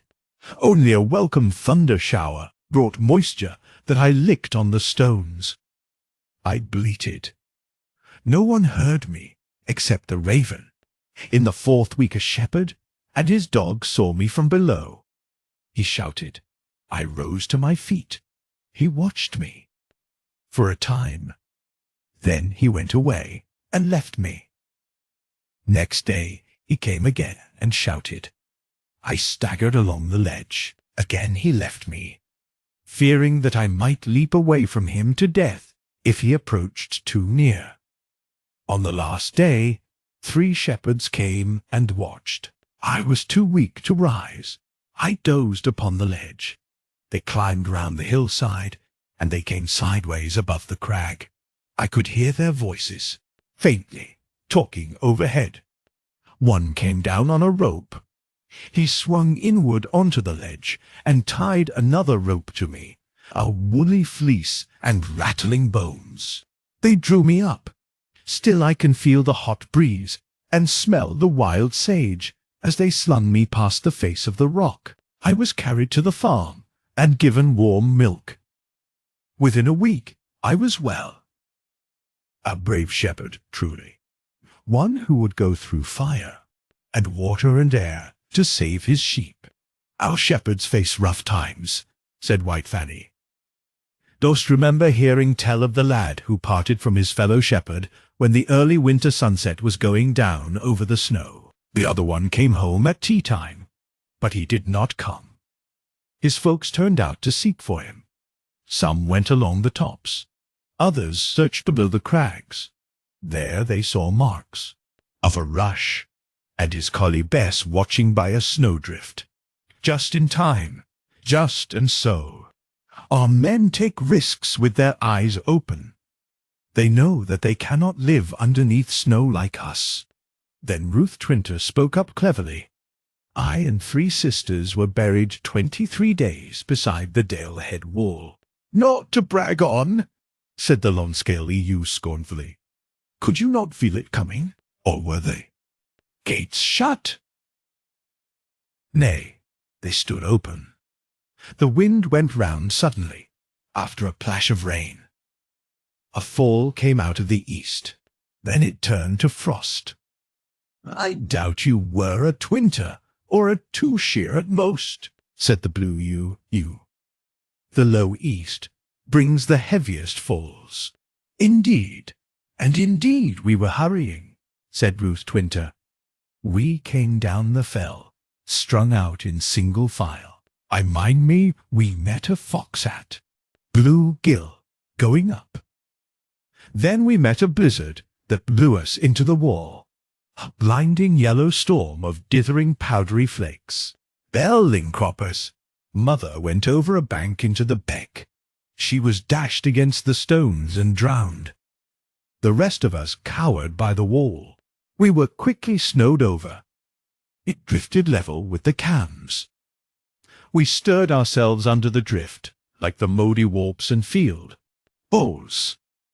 Our breath melted the snow somewhat. It caked over our heads, a blue-green frozen vault. We ate all the bent grass that we could reach, all the grey moss on the wall. The dogs found us at last. Dogs scratching and shepherds prodding the drift with the long handles of their crooks. You would feel it colder when you came out? Yes, said Ruth Twinter. It was warm and stuffy under the snow. Although we came out into spring sunshine, the air outside felt colder than it did inside the great white drift that lay on the grass along the Dale Head wall. We came out quite lish and cheerful. 2 of us never heard the cuckoo again. Such things will happen, said Ruth Twinter placidly, turning on her shoulder and chewing her cud. Said old Blindy. It is a sign of snow when the sheep come down to the gates. Sing us the rhyme, Hannah Brighteyes. Oh, who will come open this great heavy gate? The hill fox yaps loud, and the moon rises late. There's snow on the fell, and there's hay at the farm. Not that us elder ewes reckon much of hay, not unless we had learned to eat it while we were hoggy lambies. You had cause to be grateful to the sheepdogs, Ruth Twinter, said Sandy. Yes, the dogs are our good friends. Sometimes over rough, but faithful. They get cragged fast too, said Sandy. They do, but they make such a fine hullabaloo that they are more quickly found. There was one that made a bit of noise too loud. That happened in a blizzard. Poor dog! Its position was so bad that it could neither get down nor up, and it could not be rescued with ropes.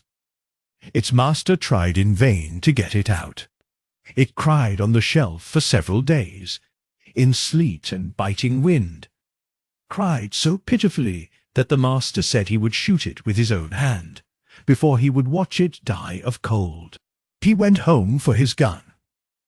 When he was returning with the gun, he met Collie Allen in the road. All dogs are not so lucky. Our Brill's mother got cragged and killed in Langdale. It is always the foremost best hound that goes over with the fox, said Sandy. Has Brill come back to the farm? Yes, said the sheep. The hunting season is over. The pack is disbanded. The hounds and terriers have gone back to the farms for the summer. If all the terriers are as cross as Twig, they can stay away, said Sandy, shaking his ears. Our collie Nip can tackle a fox. She has led the hounds before now, for the first short burst up the quarry pastures. She can run, can old Nip. Foxes are hateful, said Tibby Woolstrocket, stamping. Come here, you lambs, come here. You are straying too far off. Do you remember, Ruth Twinter, when you and I were feeding above Woondale? We looked over the edge into Broad How. Far down below us we could see 3 little fox cubs playing in the sun. Sometimes one would grab another's tail, like a kitten. Then one would sit up and scratch its ear. Full of fleas, remarked Sandy. Then another would roll over on its back like a fat little puppy dog. The vixen was curled up asleep on top of a big boulder stone. Presently one of our shepherds appeared, a long way off, walking along the other side of the valley. The vixen slipped quietly off the rock, stole away over Threthwaite Mouth into Hartsop, a mile away from the cubs. She seemed to give no sound nor signal, but the little foxes vanished into the Bourne. Very pretty. Charming. I wonder how many lambs' tails and legs there were in the larder, said Hannah Brighteyes sourly. They took over 30, one spring. Big lambs, too. Old enough to be tailed and marked. They had skinned a lamb with Mistress Helis mark on its jacket, and there was part of one of Jimmy's ducks. I love the high places, said Belling Cropper. I remember When I was a lamb, I and my brother twin were feeding on Pavy Ark with our mother. We were feeding part way up. Two climbing men came up, behind us and below. I do not think they knew that they were driving us before them. We climbed and climbed in the chimney that had scarcely foothold for a goat. We reached a shelf some 4 feet from the top. Our mother jumped out nimbly. My brother followed her with difficulty. Time and again I jumped, only to fall back upon that ledge above the precipice. Our mother bleated overhead. She moved to a spot where the wall of rock was lower. I followed, sideways along the ledge, looking up at her and bleating. At the third trial, I jumped out. There was sweet grazing on the top. Cool is the air above the craggy summit. Clear is the water of the mountain Keld. Green grows the grass in droughty days beneath the brackens. What though the hailstorms sweep the fell in winter, through tempest, frost, or heat? We live our patient day's allotted span, wild and free as when the stone men told our puzzled early numbers, untamed as when the Norsemen named our grassings in their stride. Our little feet had ridged the slopes before the passing Romans, on through the fleeting centuries, when fresh blood came from Iceland, Spain, or Scotland. Stubborn, unchanged, Beaten. We have held the stony waste, Dunmail, Falls, Blue Joe, Wastwater Will and Thistle, Rawlins, Swallow, Wonder, old pride of Helvellyn. Pass the tough lineage forward, keeps the tarry woo unsoftened, hold the proud ancient heritage of our Herdwick sheep. Now one more tale before the sun goes down. Come, Habitrot, tell us of the spinner, her that you are named after. Habitrot, the sheep, drew her feet beneath her comfortably, and thus commenced. Long, long ago, long before the acorn ripened that has grown into yonder oak, there lived a bonny lass at the farm in the dale, and a yeoman from Brigsteer came to court her. Her parents were willing for the match, and bonny Annot liked the yeoman well. A brave, handsome fellow, and a merry. He had sheep on the fell, kine in the byre, a horse in the stall, a dry flag-roofed house, and many a broad acre. For dower her father would give her a cow and a stirk, a score of sheep, and 10 silver merks. Her mother would give her her blessing, but not without shame and a scolding. Now this was the trouble. 2 elder daughters, when they married, had had great store of blankets and sheets, for it was a good old custom in the dale that all menseful lasses should spin flax and wool, and have the yarn woven by the Webster, so that they had ready against their bridewayne a big oak bedding chest well filled with linen and blankets. But this youngest daughter, bonny Annot, was both the laziest and the bonniest. Not 1 pound of wool had she carded, not 1 hank of tow had she spun. Shut thee in the wool loft with thy spindle. Go spin, idle Annot, go spin. Idle Annot, go spin. Bonny Annot spun from morning till noon, from noon till the shadows grew long. But it was late a day to commence to spin. My back is tired, my fingers are stiff, my ears they drum with the hum of the wheel. Oh, well, and away to Pringle Wood, to meet my love, sighed Annot. She left her wheel, she lifted the latch, she stole away while the cows were milking. In Pringle Wood across the beck the hazels grew as still they grow, and windflowers, and violets and primroses twinkled. Bonny Annot wandered through the wood. She knelt on the moss to gather a posy, and herself was the sweetest of flowers that grow. Blue were her eyes like the wood violets blue, fair were her locks like the Mary buds gold, and her red and white dimples like roses on snow. She bent to the flowers, and she heard a low humming. Was it horse, hoofs on the fell, rode from Brigsteer? Trot, trot, Habitrot, trot, trot, trot, trot, trot. She lifted her head and she listened. But no. She knelt on the moss, and again she heard humming. Was it bumbly-bees storing their honey below? She peeped between stones and mossy hazel stumps, beneath a hollow stone, beneath a mossy stump. And there underground she saw a wee woman spinning. Hum! Went her wheel. Spinning, spinning. Hey, bonny Anot, said the little grey woman, why art thou so pale and heavy-eyed? With spinning, good woman, with spinning. Spinning is for winter nights, bonny Anot. Why spinnest thou now in the pleasant spring? Because I was idle. I now must spin in haste. Alack, my sheets and blankets are to spin. She told her tale and cried, dry your eyes and— Listen, bonny Anot, said the little grey woman. Eyes so blue and tender were never meant for tears. Lazy thou mayest be, but I know thee kind and true. Step up to the wool loft in the moonlight. Tie the bags of tow and wool upon the pony. Bring them to old Habitrot, and she will do thy spinning. Even while Anot thanked her, there came the clink of horseshoes along the stony road from Brigsteer. Bonny Anot forgot her troubles, and sprang to meet the yeoman. But when he rode away next morning, her troubles recommenced.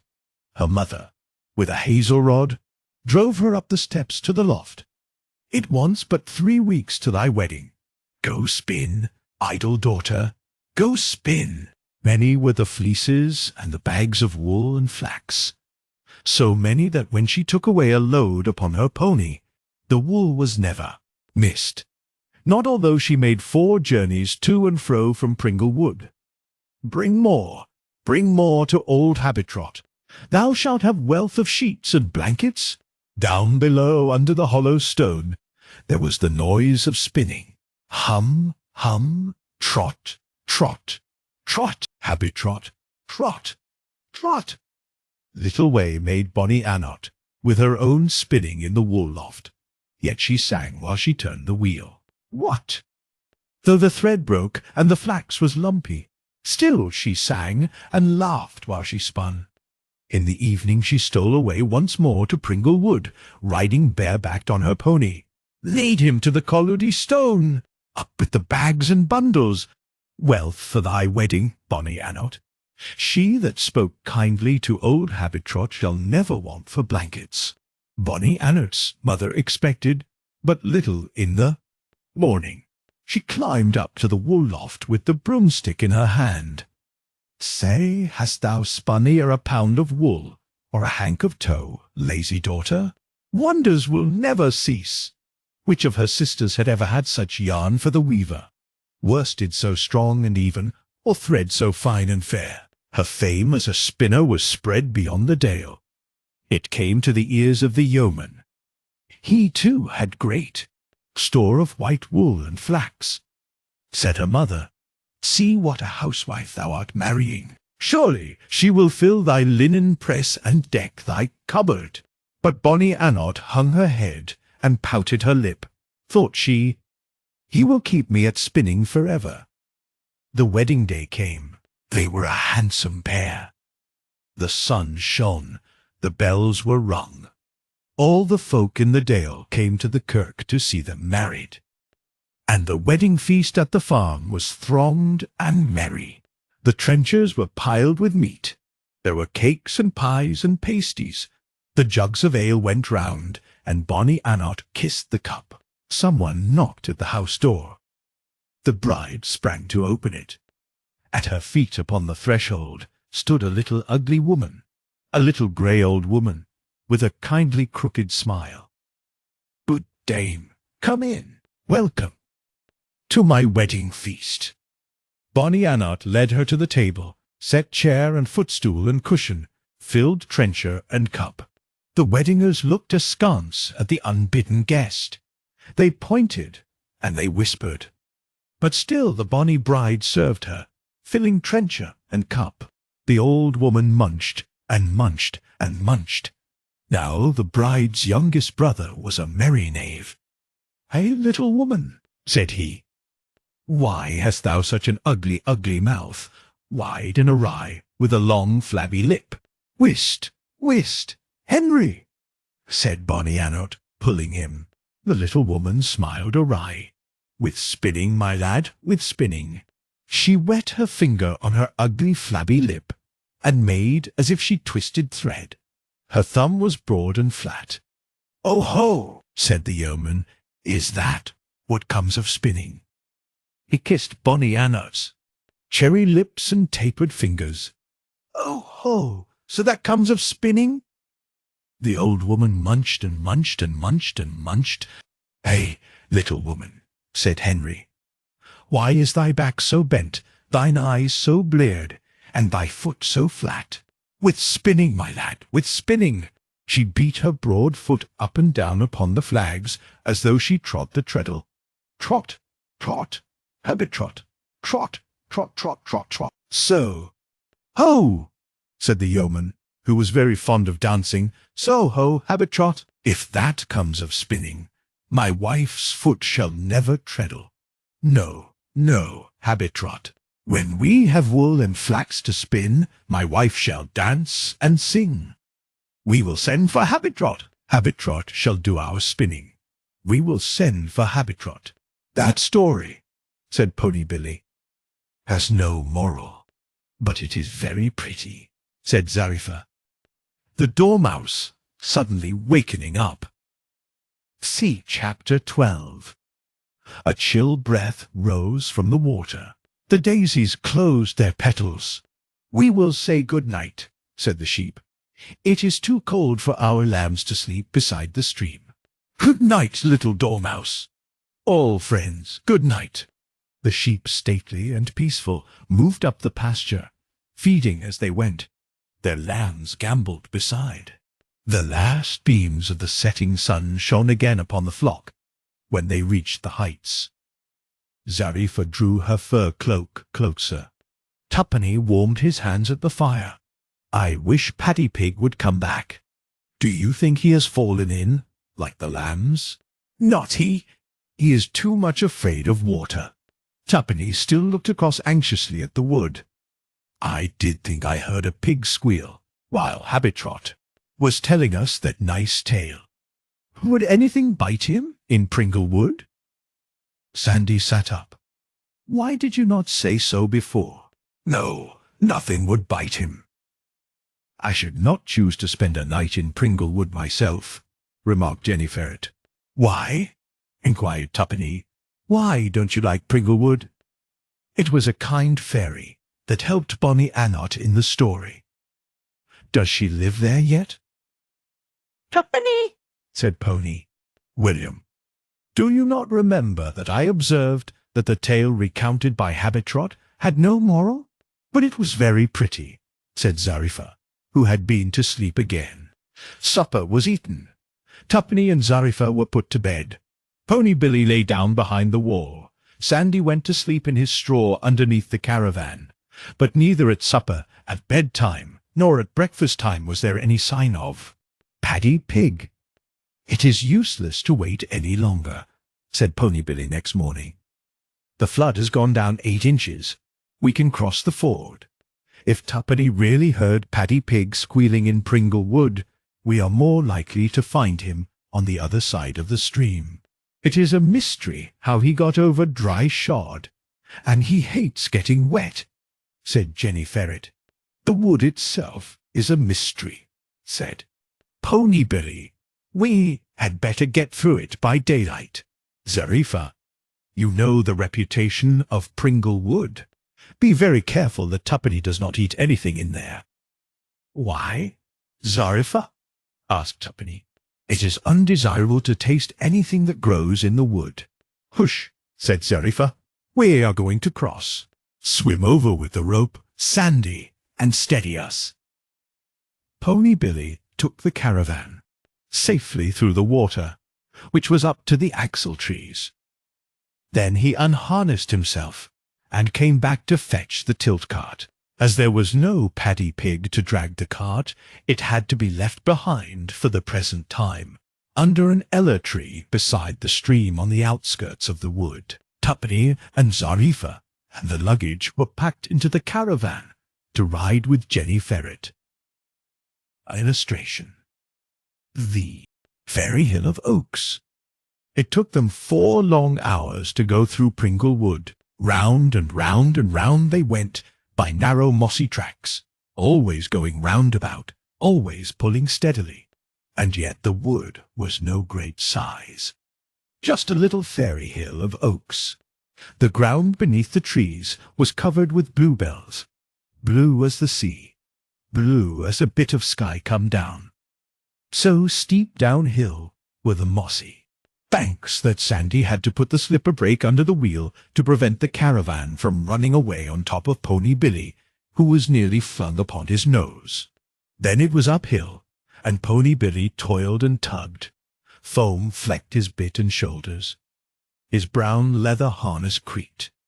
He was so hot with pulling that he was all in a lather, and no sooner had he gained the top of a bank than it was downhill again, just as steep, and the caravan was overrunning him and pressing into the breeching straps. Pony Billy snorted. His hoofs slipped on the moss, and if he left the track, the bluebells were so thick that it was difficult to trample through them. They passed a bed of white anemone flowers. "Why, surely," said Sandy, "we have passed this spot already twice." Pony Billy snorted again and scrambled forward. A shower of oak apples from the trees above pelted about his ears and rattled on the roof of the caravan. They hopped on the moss like live things. They bounced like a shower of pelting hailstones. "Look, Zarifa, what beauties!" cried Tuppeny, trying to catch them. "Red oak apples in April. Have they been stored all winter in a woodmouse's cupboard? Throw them away." "Tuppeny!" exclaimed Zarifa and Jenny Ferret. "Throw them away over your left shoulder." More and more oak apples came pattering and pelting. Tuppeny played ball with them, catching them and tossing them back. "This one has been bitten, Zarifa." "Are they good to eat?" "What is that I hear?" said Pony Billy, laying his ears back. "None of you on any account may eat anything that grows in Pringle Wood." Instantly another pelting shower of oak apples came rattling like a hailstorm about Pony Billy's mane and back. He broke into a gallop, trampling through the bluebells. And this time he succeeded in dragging the caravan clear away out of Pringle Wood. The sunshiny open meadow was refreshing after the sombre shade of the trees. Cattle and sheep were feeding peacefully. Lambs frisked. Swallows skimmed low over the buttercups that powdered Pony Billy's hoofs with dusty gold. He drew the caravan across the cheerful green grass. He took it through a white gate into a lane, which they followed down to Codlincroft Farm. It was a pleasant sunny spot, where the circus had camped before. Only it is rather too near the world of the big folk, and their cats and dogs and hens and cocks, especially cocks, said Sandy, stiffening his tail. "There is no help for it," said Pony Billy. "We cannot proceed further, and leave Paddy Pig behind us, lost. Besides, I must go back for the tilt cart." Tuppeny twittered dolefully.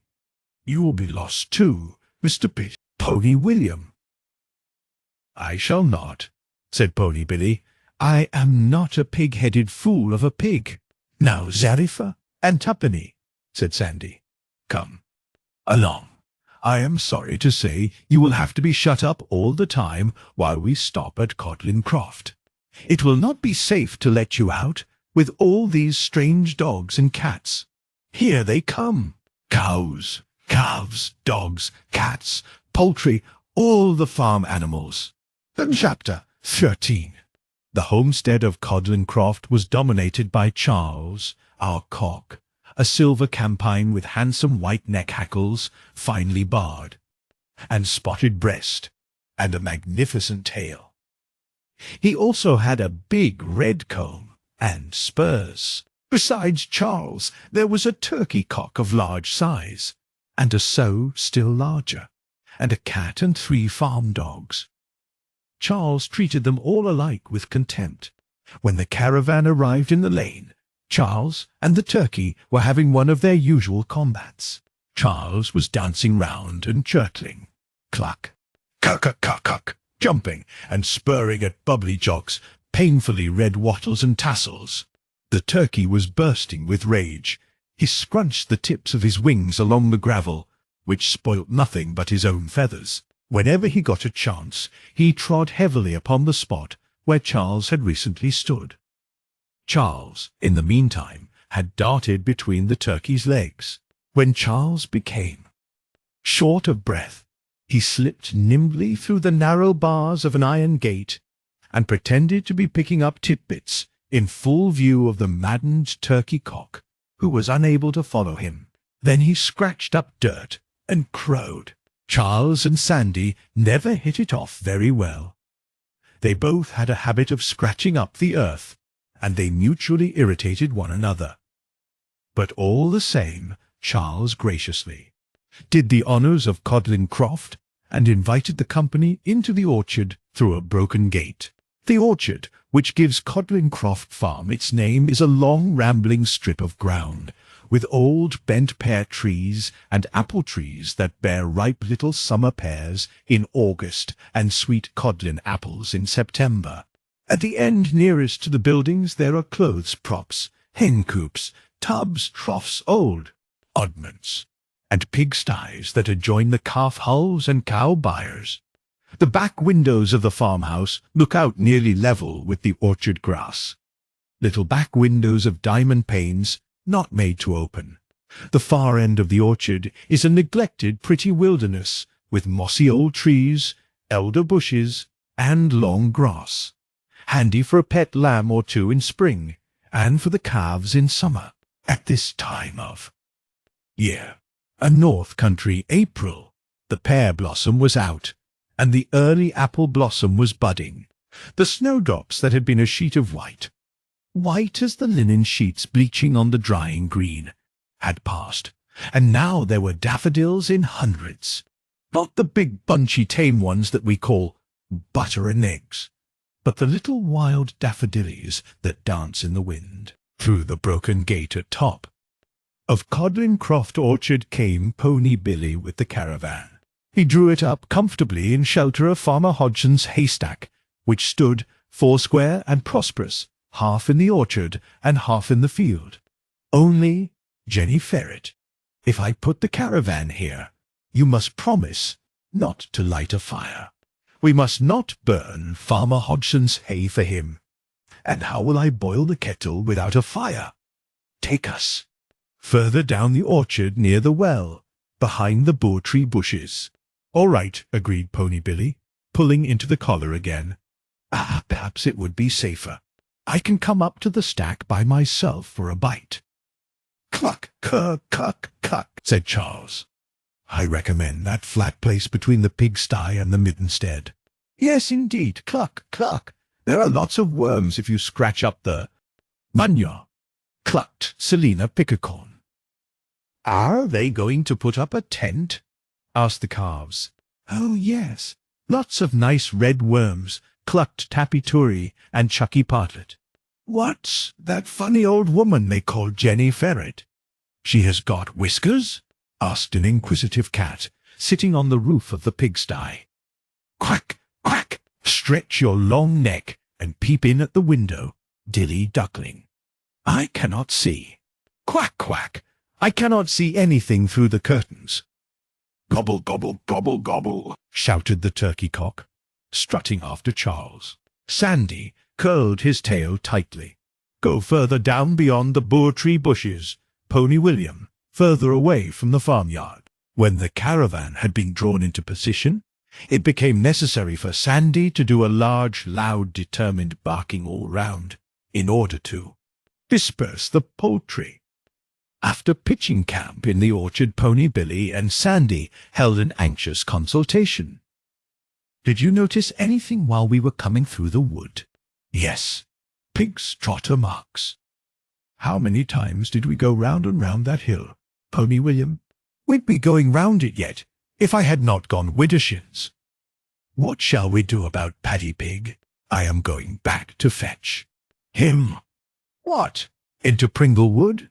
Yes, said Pony Billy, but first I want a saddle and bridle.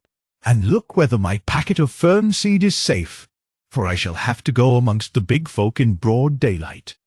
Pony Billy borrowed several things, by permission of the farm dogs, Roy, Bobs, and Matt, who were lying lazily in the sun before the stable door. He asked for the loan of a nose-bag, containing chopped hay and straw and Uveco, also for 2 pounds of potatoes, and a saddle and bridle, and for the chest strap with brass ornaments belonging to the cart harness.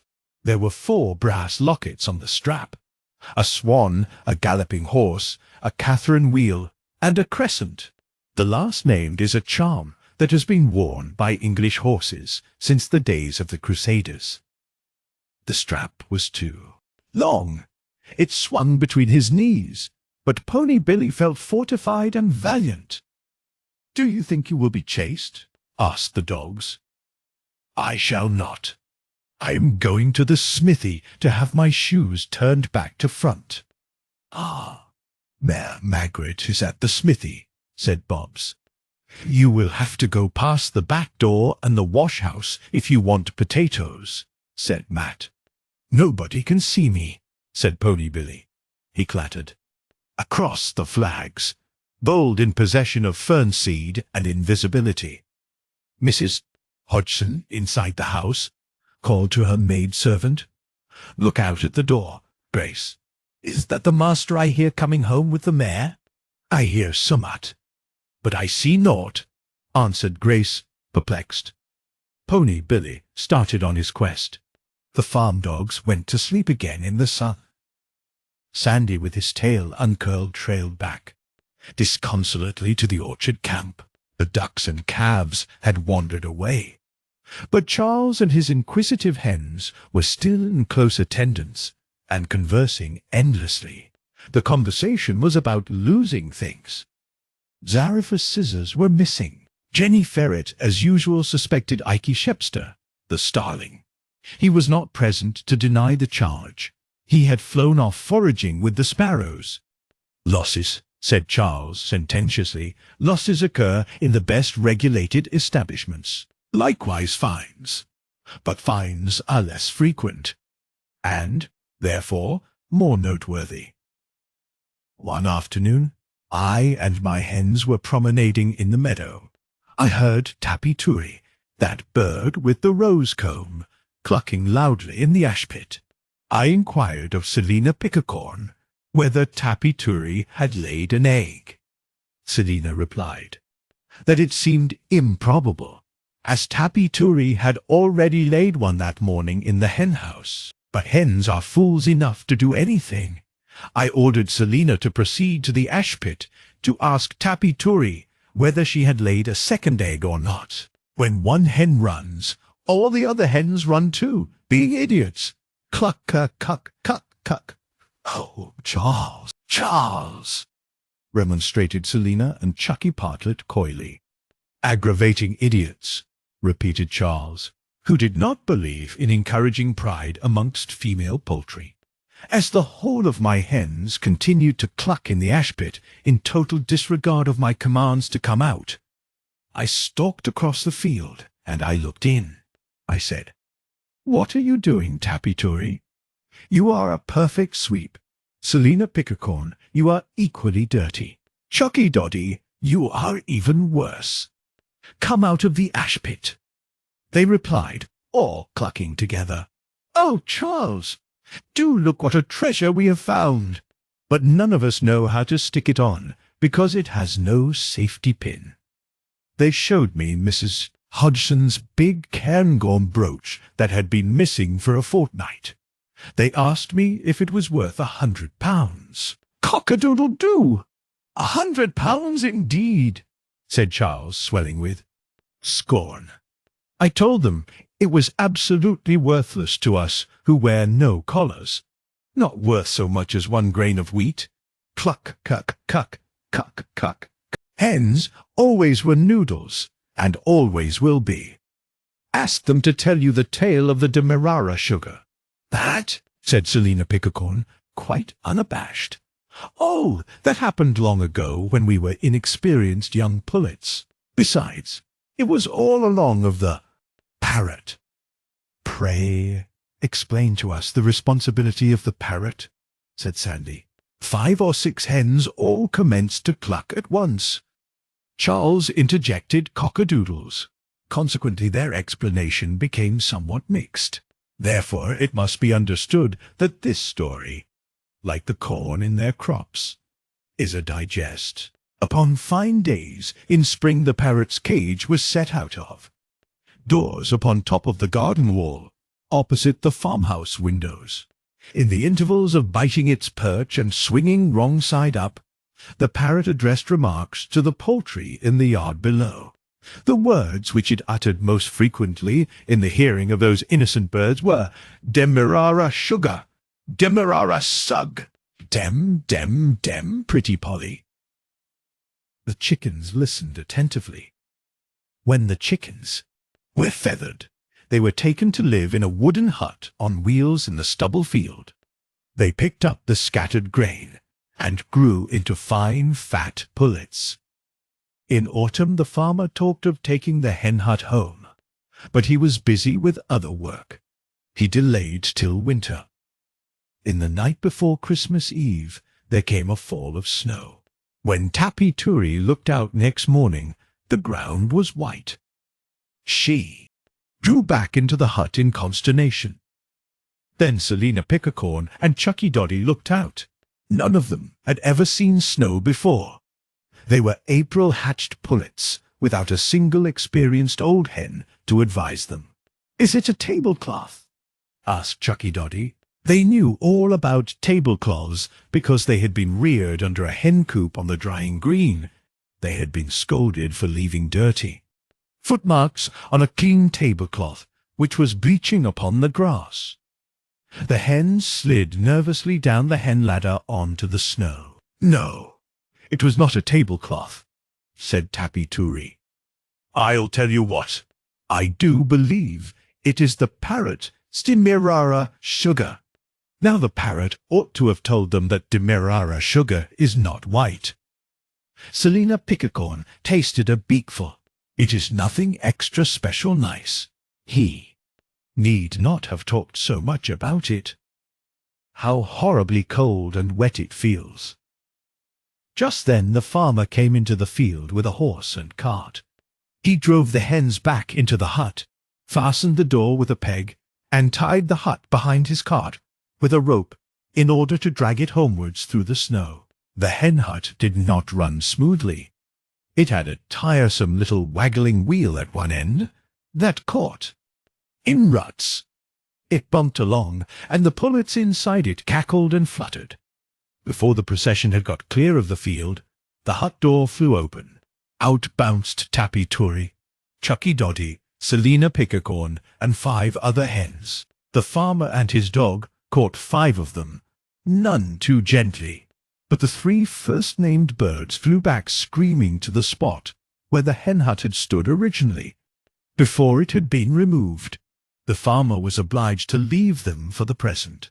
Tappy Turi, Chucky Doddy, and Selina wandered around in the snow. The field seemed very large and lost under its wide white covering. "The hut is gone," said Tappy Turi with a brainwave. "That is so," agreed Selina Pickercorn. Wave fell out of the hut. "What shall we do?" asked Chucky Doddy. "I see nothing." "For it but a Christmas picnic," said Tappy Turi. "Here is sugar in plenty, but where is the tea and bread and butter?" Large flakes of snow commenced to fall. "Perhaps this is the bread and butter coming," said Tappy Turi, looking up hopefully at the darkening sky. "My feather petticoat is getting so wet," grumbled Chucky Doddy. "Let us try to walk along the top of that wall towards the wood."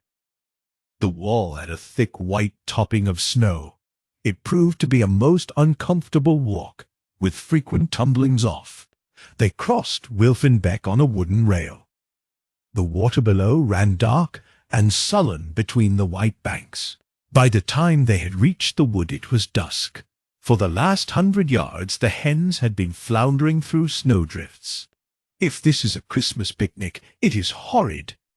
Let us get up into that spruce tree and roost there till morning." They managed to fly up. They perched in a row on a branch, fluffing out their feathers to warm their cold, wet feet. They were one speckled hen and 2 white hens. Only the white hens looked quite yellow against the whiter snow. "The picnic is a long time commencing," said the speckled hen, Tappy-Turi. It was soon black as pitch, amongst the spreading branches of the spruce. Down below in the glen, the waters of the stream tinkled through the ground ice. Now and then there was a soft rushing sound, as the wet snow slipped off the sapling trees that bent beneath its weight, and sprang upwards again, released. Far off in the woods, a branch snapped under its load, like the sound of a gun at night. The stream murmured, flowing darkly. Dead caches, withered grass, and cane stood up through the snow on its banks, under a fringe of hazel bushes. Between the stream and the tree where the hens were roosting, there was a white, untrodden slope. Only one tree grew there, a very small spruce, a little Christmas tree some 4 foot high. As the night grew darker, the branches of this little tree became all tipped with light and wreathed with icicles and chains of frost. Brighter and brighter it shone, until it seemed to bear 100 fairy lights, not like the yellow gleam of candles, but a clear white incandescent light. Small voices and music began to mingle with the sound of the water. Up by the snowy banks, from the wood and from the meadow beyond, tripped scores of little shadowy creatures, advancing from the darkness into the light. They trod a circle on the snow around the Christmas tree, dancing gaily hand in hand. Rabbits, moles, squirrels, and wood mice. Even the half-blind mole, old Samson Velvet, danced hand in paw with a wood mouse and a shrew, whilst a hedgehog played the bagpipes beneath the fairy spruce. Tappy-Turi and her sisters craned forward on their branch. "Is the Christmas picnic commencing? May we fly down and share it? Shall we too join the dance?" They slid and sidled forward, shaking down a shower of melting snow and ice. "Cluck, cluck!" cackled the hens as they clutched and fluttered among slippery boughs. The lights on the Christmas tree quivered and went out. All was darkness and silence. "I'm afraid the Christmas picnic was only a dream. We shall have to roost here till morning." "Hush! Sit still," said Tappy-Turi. "It was not us that frightened them away. Something is stirring near the stream. What is it?" The moon shone out between the clouds, throwing long shadows on the snow, shadows of the hazels and tall caches. A little figure, questing and snuffling, came out into the moonlight, a small brown figure in a buttoned-up long coat. He examined the footsteps on the snow round the Christmas tree. Then, horrible to relate, he came straight up the snowy slope and stood under the spruce, looking up at the hens. He was a disagreeable, fusky, musky person, called John Stoat Ferret. At this point, Charles thought it necessary to apologize to Jenny Ferret, who was knitting on the caravan steps. She accepted the apology in good part, and said of course she was not answerable for disagreeable relations. A horrid, fusky, musky, smelly relation with short legs and rather a bushy tail. First he tried to climb the tree, but he could not do so. Then he cried, "Shoo, shoo," and threw sticks at the hens, and then he butted against the tree and tried to shake them down. They clung, cackling and terrified, in the boughs high overhead. Then John Stoat Ferret thought of another plan. He determined to make them dizzy. He set to work. He danced. It was not at all nice dancing. At first he circled slowly, very, very, very slowly. Then gradually faster, faster, until he was spinning like a top, and always a nasty, fusky, musky smell steamed upwards into the tree. Tappy Turi, Chucky Doddy, and Selina Pickercorn overhead watched him. They had left off clucking. They watched him in fascinated, terrified silence, craning over their branch. And still he spun round and round and round, and the fusky smell rose up into the spruce. Tappy Turi twisted her head round, following his movements as he danced, and Chucky Doddy twisted her neck round, and Selina Pickercorn not only twisted her head, she began to turn round herself, upon the branch. All the hens were growing giddy. John Stoat Ferret danced and spun more furiously. The fusky, musky smell rose higher. All 3 hens commenced to turn round dizzily. In another minute they would fall off. John Stoat Ferret capered and twirled, but all of a sudden he stopped. He sat up, motionless, listening. Voices were approaching up the cart road that skirts the wood. Upon Christmas Eve, it is a pleasant custom amongst the big folk for carol singers to go singing from farm to farm, even to the lonely cottages on the outskirts of the great woods. 2 small boys, who had been out with the carolers, were going home to supper. Their Christmas picnic had been more prosperous than poor Tappy Turi's. Their pockets were full of apples and toffee and pennies. "George, George," said Jimmy, "give us a ginger snap." "Nah," said George, "it will gummy your teeth tegida, that you cannot sing." "Whoop!" shouted George, jumping into a snowdrift. "Sing another. Wassail, wassail, wassail, to our town." The bowl is white, and the ale is brown. The bowl is made of the rosemary tree, and so is the ale of the good barley. Little maid, twirl the pin. Open the door and let us come in. John Stoat Ferret listened intently. "Whoop!" shouted Jimmy, kicking the snow about and swinging his candle lantern. "Sing another one." "Here us comes a wassailing under the holly green. Here us comes a wandering, so merry to be seen. Good luck, good Master Hodgin, and kind mistress also, and all the little childer that round the table go. Your pockets full of money, your cupboards of good cheer. A Merry Christmas, blizzards, and a Happy New Year." "Jimmy!" exclaimed George suddenly. "I smell Stoat. Look over the wall with the lantern." John Stoat Ferret departed hurriedly, and as if a spell were broken, Chucky Doddy, Tappy Turi, and Selina found their voices. They cackled loudly up in the tree. City," said George. "Them's our 3 hens that father lost out of 10 hut. Fetch 'em down, I says, hod lantern.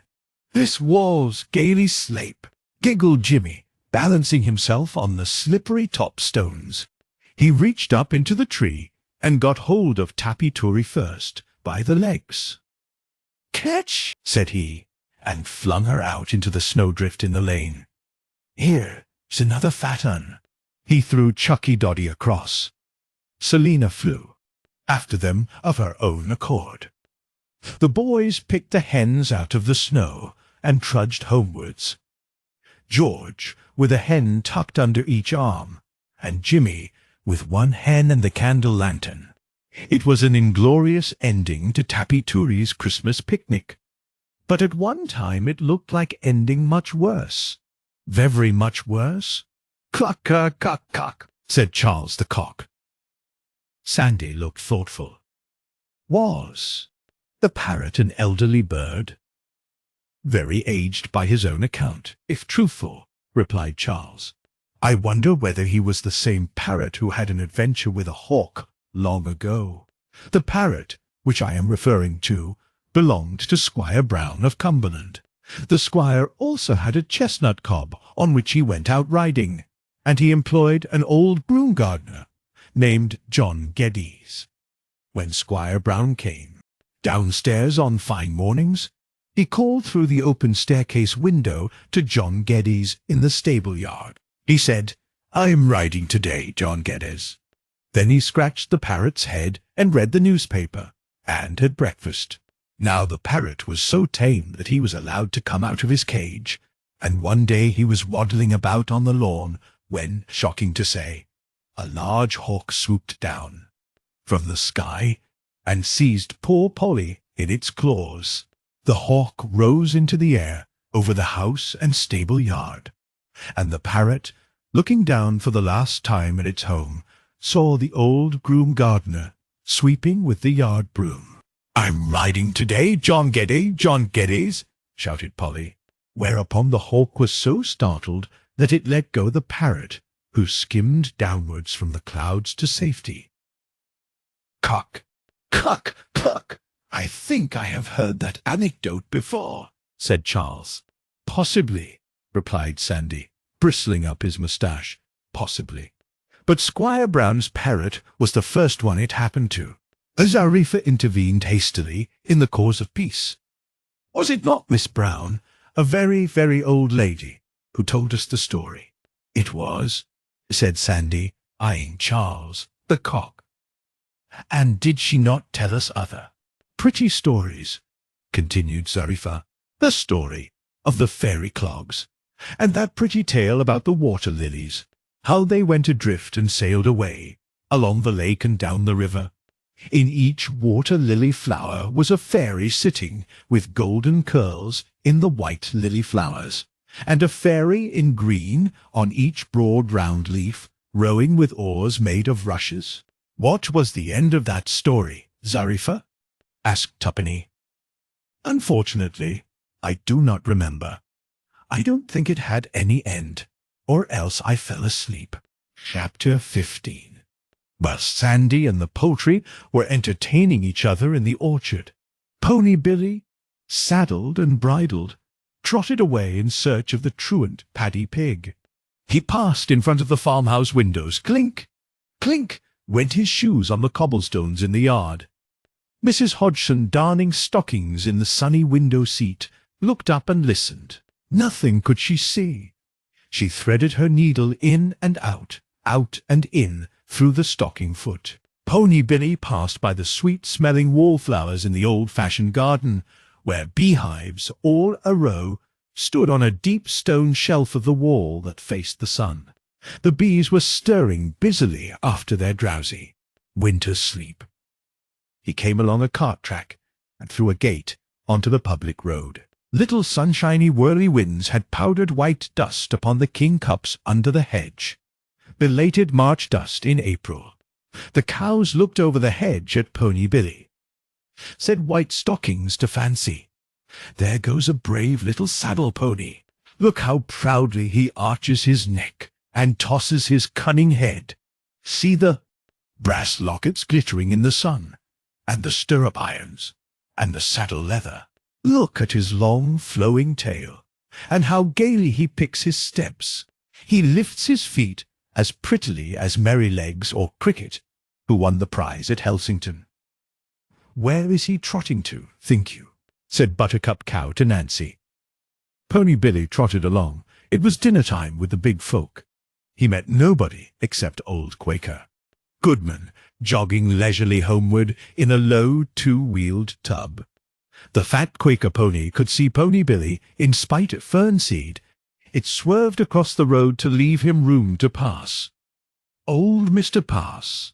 Goodman laid his whip very gently along the ribs of the fat pony, as it were patting her with the handle of the whip. "What, Daisy? Why, Daisy, what is thee shying at, Daisy?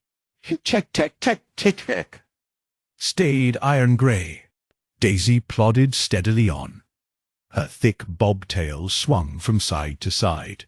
Horses can see things where the big folk can see nothing. Nothing but a silly white stone or a stump on the roadside bank. But horses can see.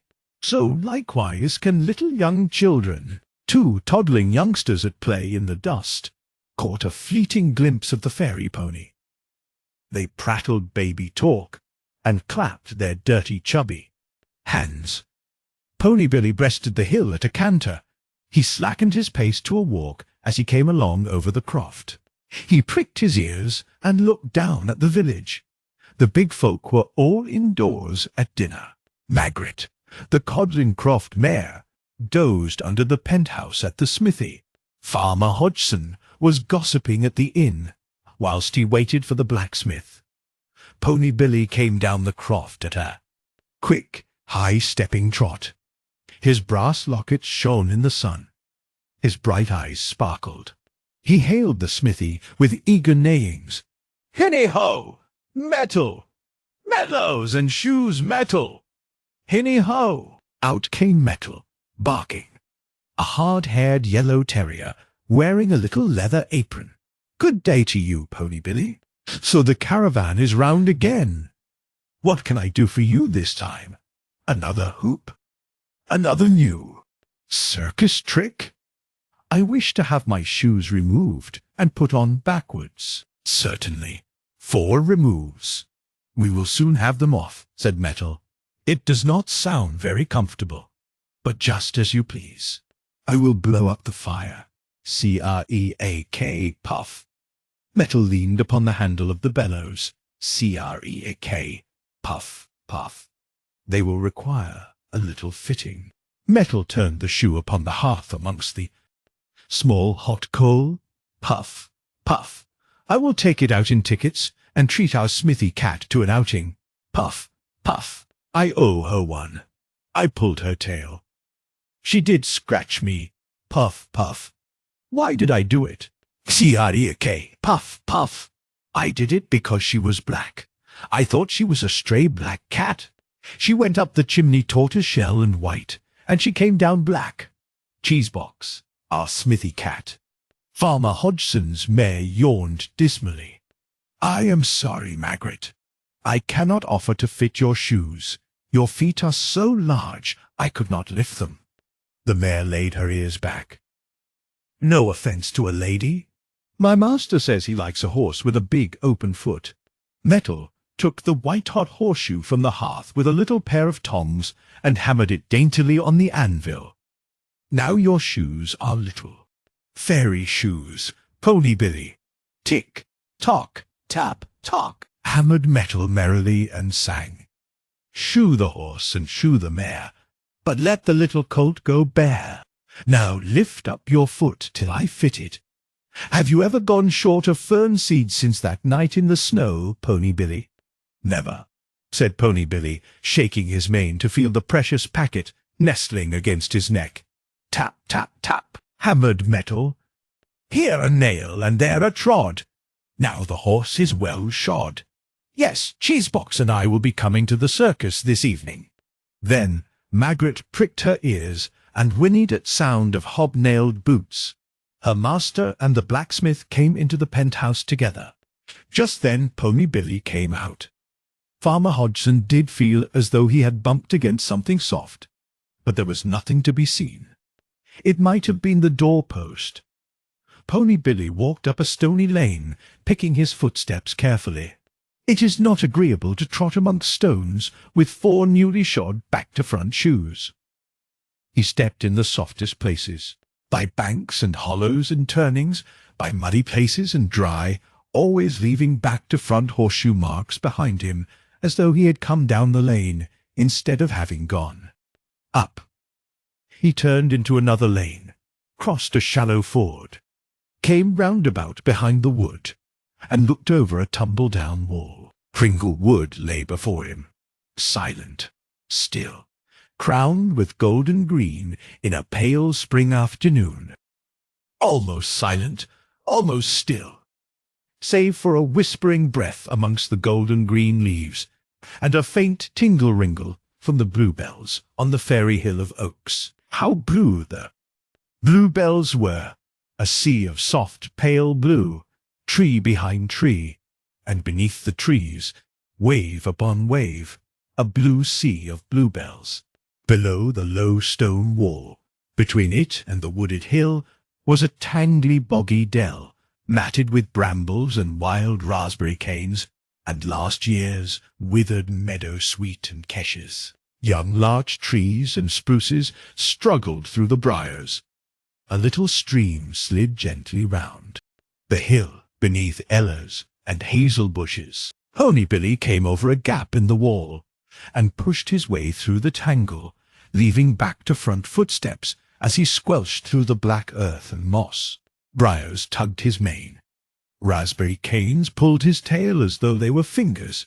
He left tufts of his shaggy coat upon the brambles. He whinnied, "Hinny-ho! Where are you hiding, Paddy Pig?" No one answered. Only there seemed to be a faint tingle-ringle of laughing from the thousands of bluebells in the wood. Pony Billy got out of the bog with a jump and a scramble up the steep grassy slope of the hill. Round and round and round he went underneath the oaks, always going widdershins, contrary to the sun, always leaving back-to-front misleading marks behind him. 6 times round he went, and he saw nothing but the bluebells and the oaks. But the 7th time round he saw a little Jenny Wren chittering and fussing round an old hollow tree. "What are you scolding, you little Jenny Wren?" She did not stay to answer. She darted through the wood, twittering gaily. "I had better go and look inside that hollow tree myself," thought Pony Billy. He walked up to it and looked in. "Ho, ho! What are you doing in there, Paddy Pig? Come out." "Never no more," replied Paddy Pig. He was sitting huddled up inside the tree, with his 4 trotters pressed against his tummy. "Never again. I cannot break through the ropes." "Ropes? Don't be silly. There is nothing but cobwebs." What? No ropes?" "Come out at once," said Pony William, stamping. "I am ill," replied Paddy Pig. He pressed his trotters on his waistcoat. "What have you been eating?" Tartlets in Pringle Wood. More likely to be toadstools. Come out, you pig. You are keeping the circus waiting. Never no more shall I return to the go-kart and the caravan." Pony Billy thrust his head through the spider webs in the opening, seized Paddy Pig's coat collar with his teeth, and jerked him out of the tree. What? No ropes? But it is all in vain." He sat upon the grass and wept. "Try a potato." "I brought you some on purpose." What? Potatoes? But is it safe to eat them?" "Certainly it is," said Pony Billy. "They did not grow in Pringle Wood. Eat them while I have my nose-bag. Then I will carry you home again pig-a-back. We will be chased, and I will fall off." He ate all the potatoes. "I feel a little better, but I know I will fall off. Oh, something is pinching my ears." Whatever might be the matter, Paddy Pig's behavior was odd. He got up on a tree stump, and he tried to climb into the saddle. First he climbed too far and tumbled over the other side. Then he climbed too short and tumbled. Then he fell over the pony's head. Then he slipped backwards over the crupper, just as though someone were pulling him. He sat upon the ground and sobbed. "Leave me to my fate. Go away and tell my friends that I am a prisoner for life in Pringle Wood." "Try once more. Sit straight and hold on to the strap of lockets," said Pony Billy, trampling through the bluebells. He came out from under the trees into the sunshine. He trotted across the green grass of the open meadow and carried Paddy Pig safely back to camp. It was 4 o'clock of the afternoon when Pony Billy trotted into Codlin Croft Orchard with Paddy Pig, Sandy, and the farm dogs barked joyfully. The turkey cock gobbled. Charles crowed, and Jenny Ferret waved a dishcloth on the caravan steps. Even Tuppenny and Sarifa, dolefully confined in hampers, clapped their little paws in welcome.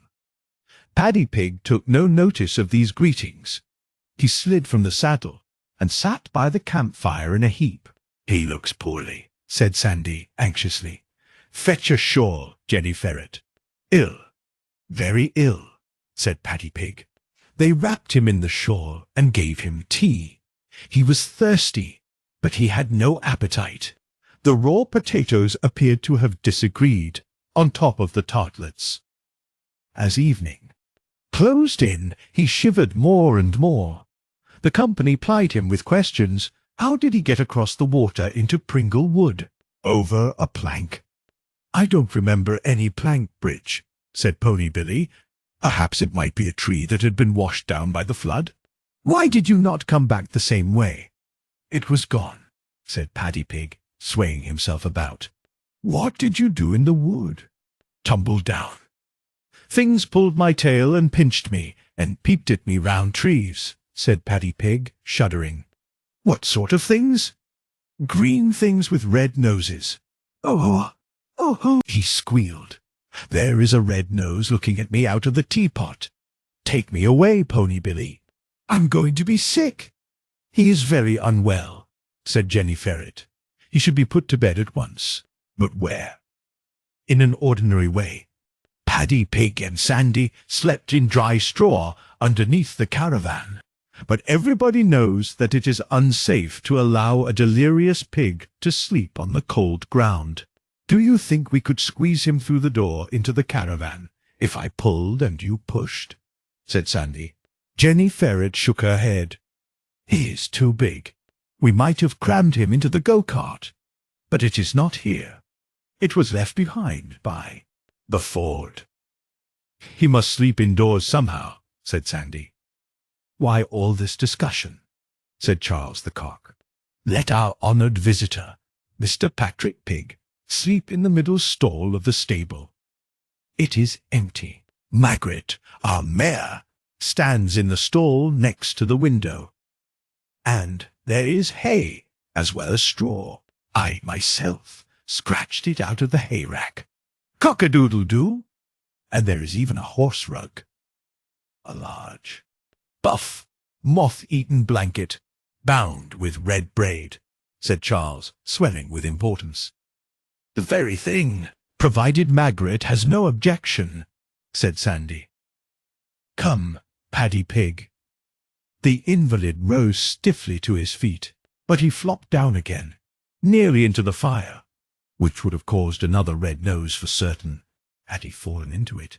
It was necessary to borrow a wheelbarrow, also the stable, lantern, as by this time it was dark. Fortunately, Farmer Hodgson had bedded up the mare and fed all for the night. He was having his own supper, quite unconscious that his stable had been requisitioned as a hospital for sick pigs. He supped in the kitchen, and the windows looked another way. Mrs. Hodgson had occasion to go to the pantry for cheese and a pasty. She glanced through the small, diamond panes towards the orchard, and the warm glow that was Jenny Ferret's stick fire. "'Tis a red rising moon. Will it freeze?" "Bad for the lambs if so be," said Farmer Hodgson, cutting the apple pasty. Paddy Pig did not improve. He became worse. His mind wandered.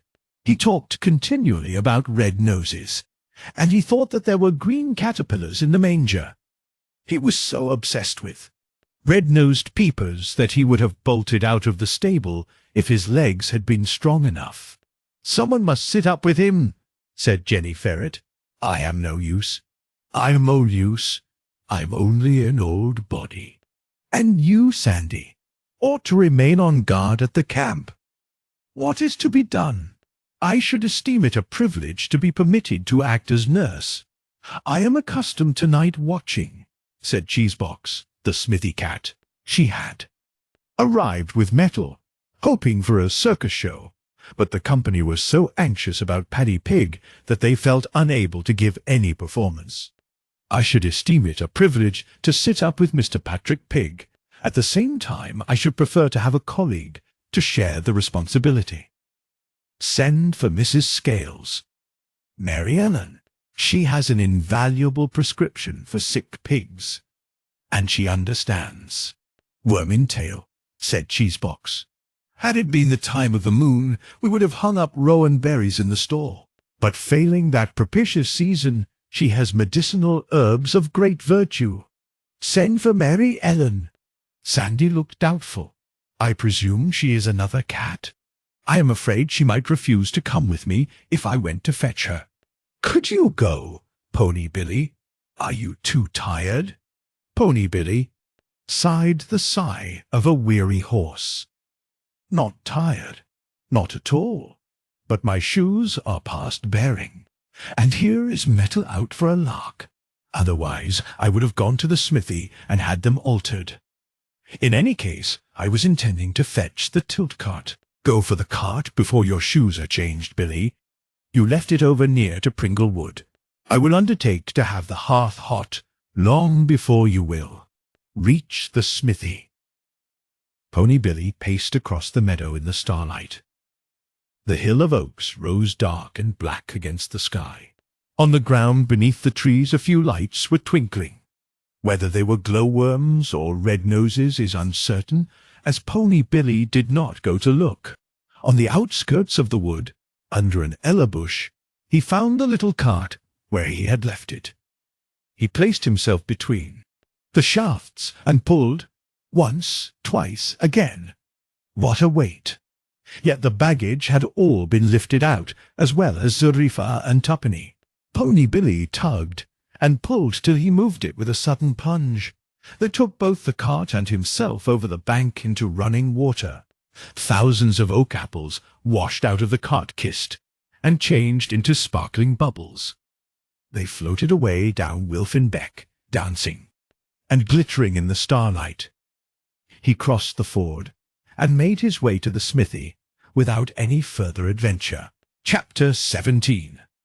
The smithy was all aglow with a roaring fire on the hearth. Sparks were flying. Hot firelight flickered on the rafters overhead. It shone upon a crowd of dogs and horses, and upon the gypsy's donkey, Cuddy Simpson, who was dozing in a corner. His head drooped. He rested a strained fetlock wearily. Dogs barked.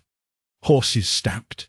There was even the merry feedle-tweedle of a fiddle, to which the collies Meg and Fly, and Glen warbled a treble chorus. And through all the din sounded the tap, tap, tap of Metal's little hammer on the anvil, and the creaking of the bellows that another dog was blowing. The dog was Eddie Tinker, the gypsy lurcher, and the handhold of the bellows was made of a polished ox horn. "Welcome, Pony Billy. But wait for Cuddy Simpson. He has cast a foreshoe, and he is lame and weary. Wait till I fit him with fairy shoes that will make him as lish as new legs. That's why the donkeys never die. They know the road to the fairy smithy." "I can wait," said Pony Billy, who was fond of Cuddy Simpson. Creak, creak, went the bellows, keeping time to the tune of Black Nag. Louder still barked the dogs, and the horses stamped on the floor. They talked of the good old days when roads were made for horses, none of this tarry asphalt like a level river of glass, none of this treacherous granite where we toil and slip and stumble, dragged backward by our loads, none of these hooting lorries that force us against the wall. Shrieking, oily, smelly monsters, and everybody has one, the butcher, the baker, the candlestick maker, even the fisherman and the farmer. Where are the patient horses? Where is butcher's Ginger? And fishcart Fanny? And baker's Tommy? Where is the hog-maned mare with the shrapnel marks? Gone, gone, all gone to Oxo. I, Queenie Cross, I, poor old mare, am the last nag left in a huckster's cart. But happen you like the metal, you that work amongst iron and nails and bolts? I like them, snarled Metal, banging the hammer on the anvil. I like those snorting juggernauts. I hate them as much as you do, old queen. They run over us dogs. They lame our cattle. They kill our sheep. Ragman and Roy growled low. Think of the noble horses in the grand old days of the road. Who needed a starting handle? Who required to wind up a thoroughbred? Breed, Give me breed, barked Metal. Will Tom's team in the Coniston coach for me? Now it's rattle, rumble, rattle, rattle, shriek, shriek, shriek. Gone are the pleasant jog-trot days of peace. They have ruined the smithies and stolen the roads. Shame upon the big folks, said Metal, banging on the anvil, even Mistress Helis. Her, that was so fond of ponies. Serve her right to lose her clog. Where did she lose it, Metal? Nay, that is a mystery. It seemed to have clog danced right away and back. It came home by Hawkshead, and it had been to Graithwaite. As to the how, ere Metal interrupted his story to throw a shovelful of small coal onto the hearth. As to the how she came to lose it was this away. She had been on a long, long journey in one of these here rattletraps, and when she got home and unpacked her luggage, she left her clogs upon the shelf. What shelf was that, Metal? What the big folk that ride in motors call a footboard, quite appropriate for clogs. When the car went forth next morning, there sat the pair of clogs, still upon the footboard. They looked proud. Oh, one thing surprises. Interrupted White Collie Fan. Does Mistress Helis really ever take her clogs off? I thought she went to bed in them. They were off that day, sure, said Metal, leaning on the bellows handle. I saw them pass the smithy. They grinned at me. Their buckles winked. But when the car came home in the afternoon, there was only one clog on the footboard, sitting by itself. The other one had fallen off. Which foot's clog was it, Metal? Her best foot that she puts foremost. She was sad. She inquired all over for her right foot clog, and she put a notice, "Lost a clog," in the window of the village shop. The clog came home again after a while. My word, it had seen some fun. Now it happened this way, continued Metal, turning the donkey shoe with the tongs and blowing white flame through the small coal. It happened this way. The car took the bumpy road through the woods by Easebridge. The clogs joggled on the footboard, joggled and giggled and nudged each other with their elbows, until, bump, bump, over a rise of the road, they came in sight of Joshy Campbell's tin can dinner box and his big green gingham umbrella. Joshy was an old man with a reddish-grey beard, who tidied the sides of the roads. Always took out with him his tin can dinner box and his great big bunchy umbrella. I never saw him use his umbrella. He carried it always rolled up to keep it out of the rain. All day, while Joshy worked, the umbrella sat by the dike, bolt upright and serious, with a long, curved, hooky nose, and snuggled up beside it sat the dumpy tin can dinner box. When the clogs saw the umbrella, they bounced up with a shout. "Pull up!" The left foot clog bounced back upon the board and continued to joyride, but the right foot clog bounced right off. It bounced onto the road and ran back, back, back, back, back, back to old Joshy Campbell's umbrella. The umbrella made a bow and stepped out of the ditch. The dinner box made a bob.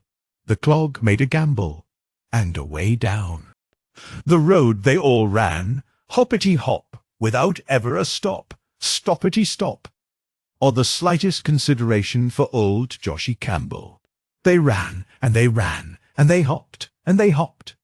For a mile or two they ran, and it was night before they stopped. Metal drew the coal over the donkey shoe with a little coal-rake, and plied the bellows. Where did they hop to and stop at, Metal? They hopped. They hopped as far as the middle of the great wood.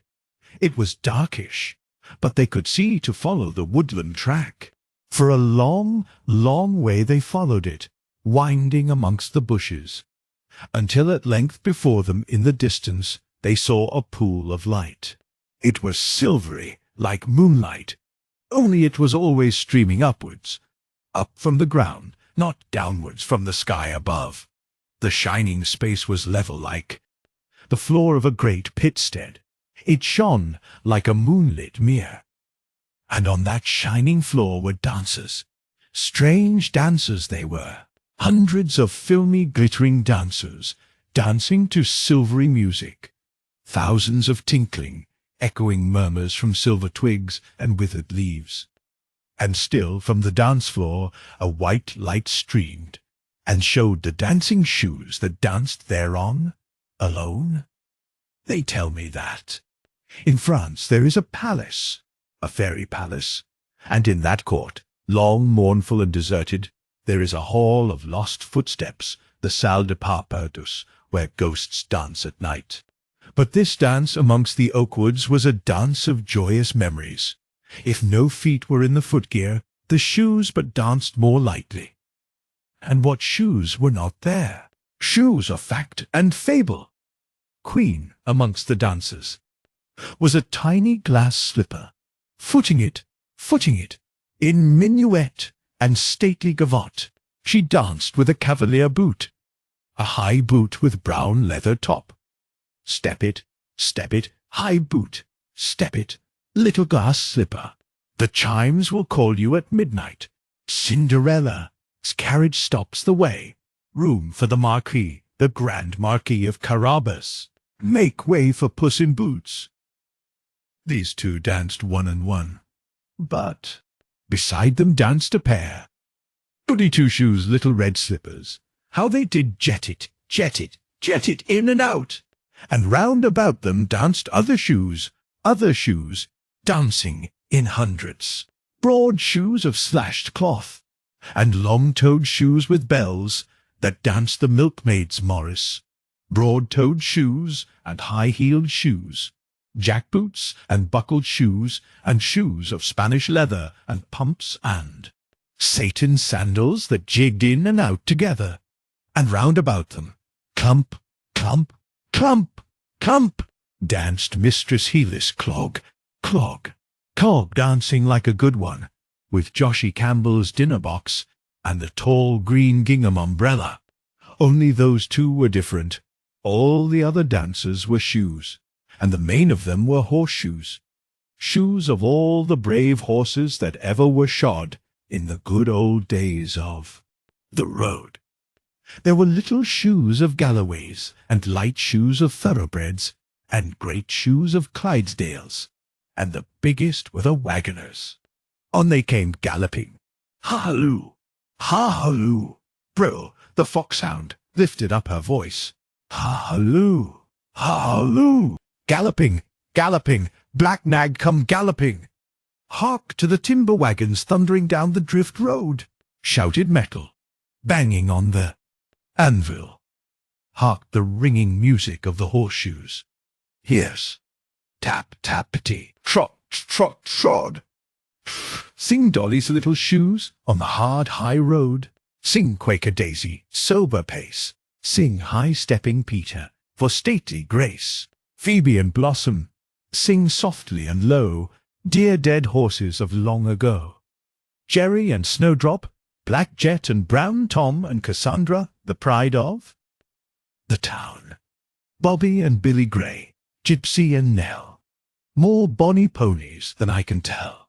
Prince and Lady, Mabel and Pet, Rare, Old Diamond, and Lofty and Bet. Now for the wagoners. Hark to the trampling of the wagoners, shouted Metal, banging on the anvil. Yes.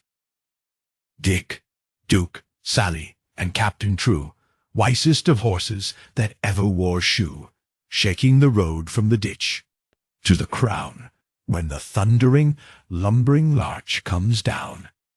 Ah, good old days! Ah, brave old horses! Sing loud, sing louder, good dogs!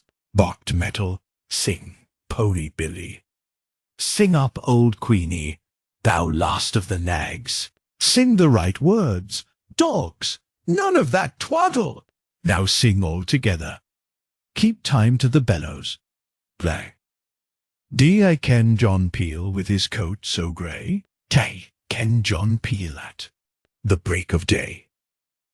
Dear Ken John Peel, when he's far, far away, with his hounds and his horn in the morning. 'Twas the sound of his horn called deed me from my bed, and the cry of his hounds has me oft times led. For Peel's view halloa would waken the dead, or a fox from his lair in the morning.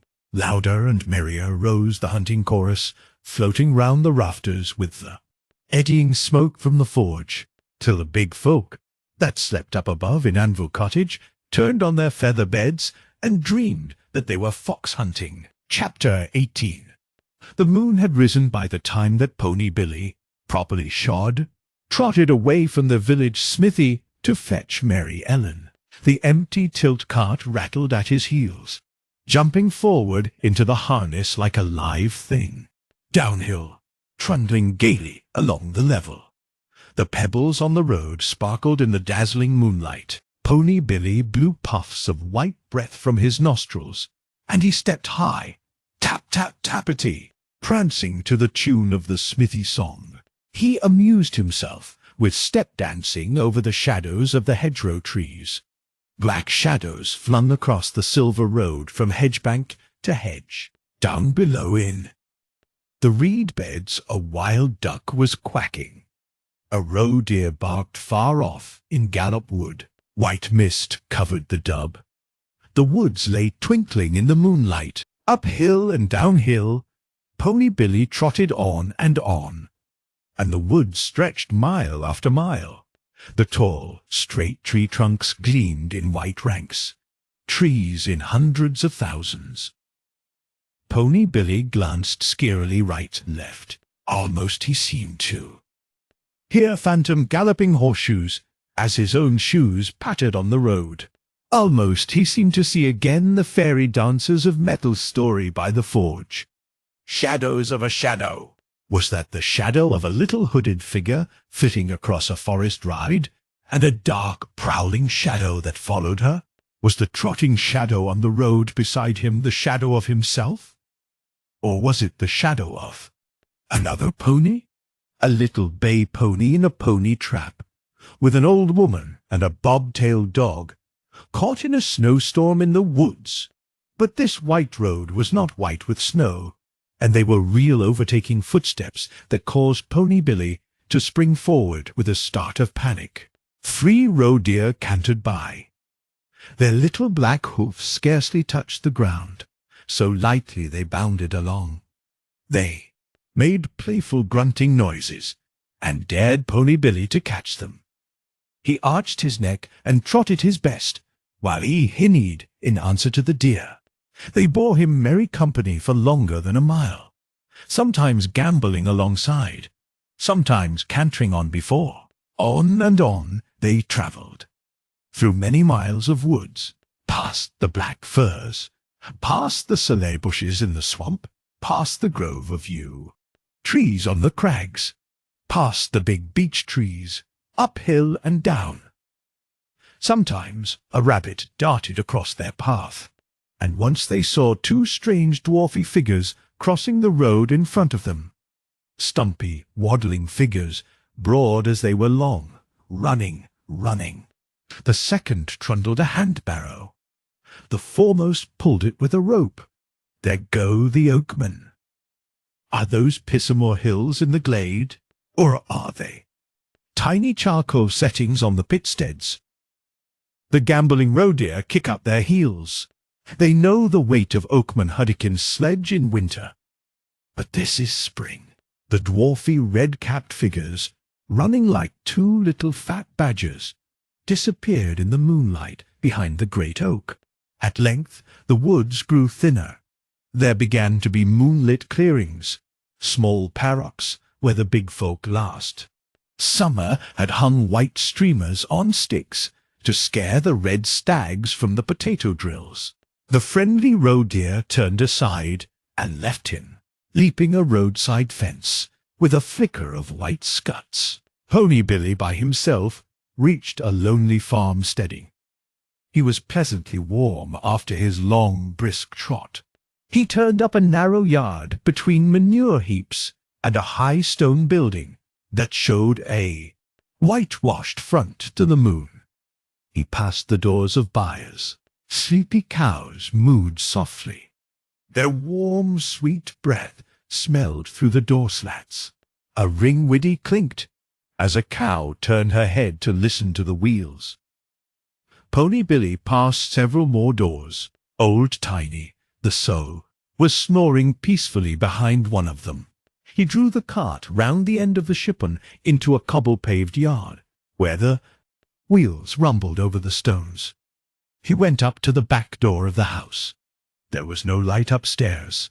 The window panes twinkled in the moonlight. A faint red glow showed through the kitchen window, and under the back door Mary Ellen, the farm cat, sat within, purring gently and staring at the hot white ashes on the open hearth. Wood ash that burns low, but never dies for years. She sat on a dun-coloured deerskin spread on the kitchen flags. Pots and pans, buckets, firewood, copy stools cumbered the floor, and a great brown cream mug was set to warm before the hearth against the morrow's churning. The half-stone weight, belonging to the butter scales, was on the board that covered the mug. Mary Ellen had not been sampling the cream. She sat before the hot wood ash and purred. Crickets were chirping. All else was asleep in the silent house. Mary Ellen listened to the sounds of wheels and horseshoes, which came right up to the porch. Pony Billy's soft nose snuffled about the latch. He struck a light knock on the door with a forward swing of his forefoot. Mary Ellen arose from the hearth. She went towards the door and looked through a crack between the door and the door jamb. "Good evening, good pony. Good evening to you, sir.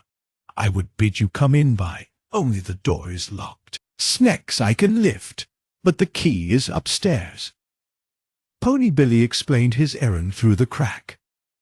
"Dearie me, poor young pig," purred Mary Ellen. "And me shut up here, accidental-like, with the cream.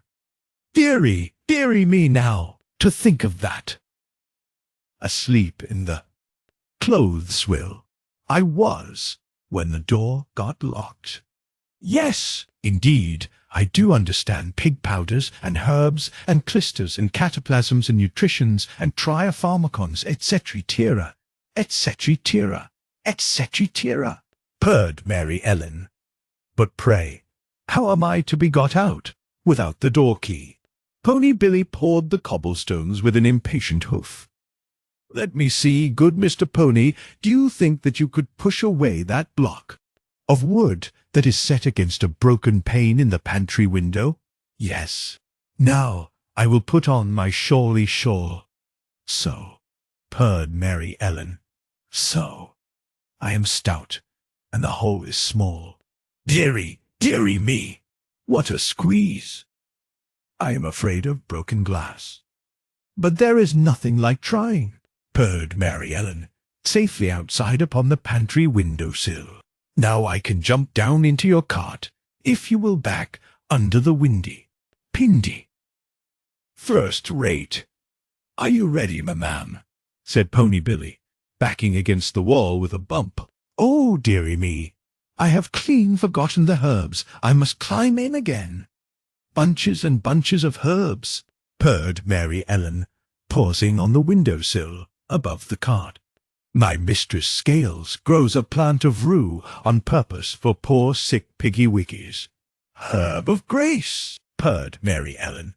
"What says old Gerard in the big calfskin book? St. Anthony's fire is quenched therewith. It killeth the shingles. 12 pennyweight of rue is a counter-poison to the poison of wolfsbane, and mushrooms, and toadstools, and the bite of serpents, and the sting of scorpions, and hornets, and bees, and wasps. Insomuch that if the weasel is to fight the serpent, she armeth herself by eating rue. Toadstools, it says so in the big book." "The very thing," purred Mary Ellen, squeezing inside and disappearing into the pantry. "Bunches and bunches of herbs," she purred, struggling out again through the broken window. Bunches and bunches hanging from the kitchen ceiling, and a pot of goose grease on the jam board, and a gun, and onions, and a lambing crook, and a fishing rod, and a brass meat jack that wins. Up! Am I to take all these things, ma'am? Inquired Pony Billy. Bless me, no. Only the herbs, purred Mary Ellen, seating herself in the cart. But no sooner had Pony Billy turned it in the yard, preparing to start homewards. Oh, dearie, dearie me! I forgot my fur-lined boots. No, not through the window this time. I keep my wardrobe in the stick-house, and I would like an armful of brackens. In the cart-kist, to keep my footsies warm, please, Mr. Pony Billy. We shall get away sometime, thought Pony William. Once set off, Mary Ellen sat quietly enough, never moving anything excepting her head, which she turned sharply from side to side at the slightest rustle in the woods, hoping to see rabbits. The roe deer did not show themselves again. The journey back to Codlincroft Farm was uneventful. Mary Ellen was set down safely at the stable door. Cheesebox welcomed her effusively. After assuring himself that Paddy Pig was still alive and kicking, Pony Billy dragged the tilt cart into the orchard and tipped it up beside the caravan. Himself, he went up to the haystack for a well-earned bite of supper. Afterwards, he lay down on the west side of the stack and slept there, sheltered from the wind. Mary Ellen was a fat tabby cat with sore eyes and white paws and an unnecessarily purry manner. If people only looked at her, she purred and scrubbed her head against them. She meant well, but she drove Paddy Pig wild. Was it a leetle sick piggy wiggy? Was it cold then? Purred Mary Ellen, working her claws into the horse blanket and squirming it upwards. The result was that the top of the blanket got into Paddy Pig's mouth, whilst his hind feet were left bare and cold. Bless its little petitoes! No, it must not kick its blanket off its beddy. What? I'm suffocated! Sandy, take away this cat! I am scumfished! Was it a leetle fidgety-pidgety? Sandy, I say, take away this awful cat! Screamed Paddy Pig. At that moment, Cheesebox entered the stable, carrying a jug of rue tea. He sounds very fractious. Keep him flat, Mary Ellen. Paddy Pig sat up violently under the blanket. Bring me a bucketful of pig-wash. None of your cat lap. Rue tea, purred Mary Ellen. My Mrs. Scales always prescribes nice rue tea in a little china cuppy for poor sick piggy-wiggies with tummikies. Paddy Pig swallowed the rue tea under protest. He was sick immediately, in spite of the expostulations of the two cats. Margaret, the mare in the next stall, blew her nose and stamped. After he had exhausted himself with kicking and squealing, Paddy Pig sank into uneasy slumber. But every time he turned over, he kicked off the blanket, and there was another cat fight. Towards midnight, he grew quieter. The cats sat up all night, wide awake and watchful. There were noises of rats in the old walls of the stable, and noises of night birds without. Twice, during the small hours of the morning, Sandy's black nose appeared under the stable door. He listened to the patient's uneasy breathing, and then returned to his straw bed underneath the caravan. At 2 a.m. the cats made themselves a dish of tea, proper tea made of tea leaves. It enlivened them to endless purring conversations. They gossiped about other cats of their acquaintance, about our cat Tamzine and her 15th family of kittens, and how Tamzine once was lost for a whole week and came home very thin, and after all she had been no further off than the next-door house, which was shut up empty while the tenants had gone away for a week's holiday. But what had Tamsin been doing to get herself locked up in the next-door pantry, I wonder? Perhaps she was catching dear little musy mousies, purred Mary Ellen.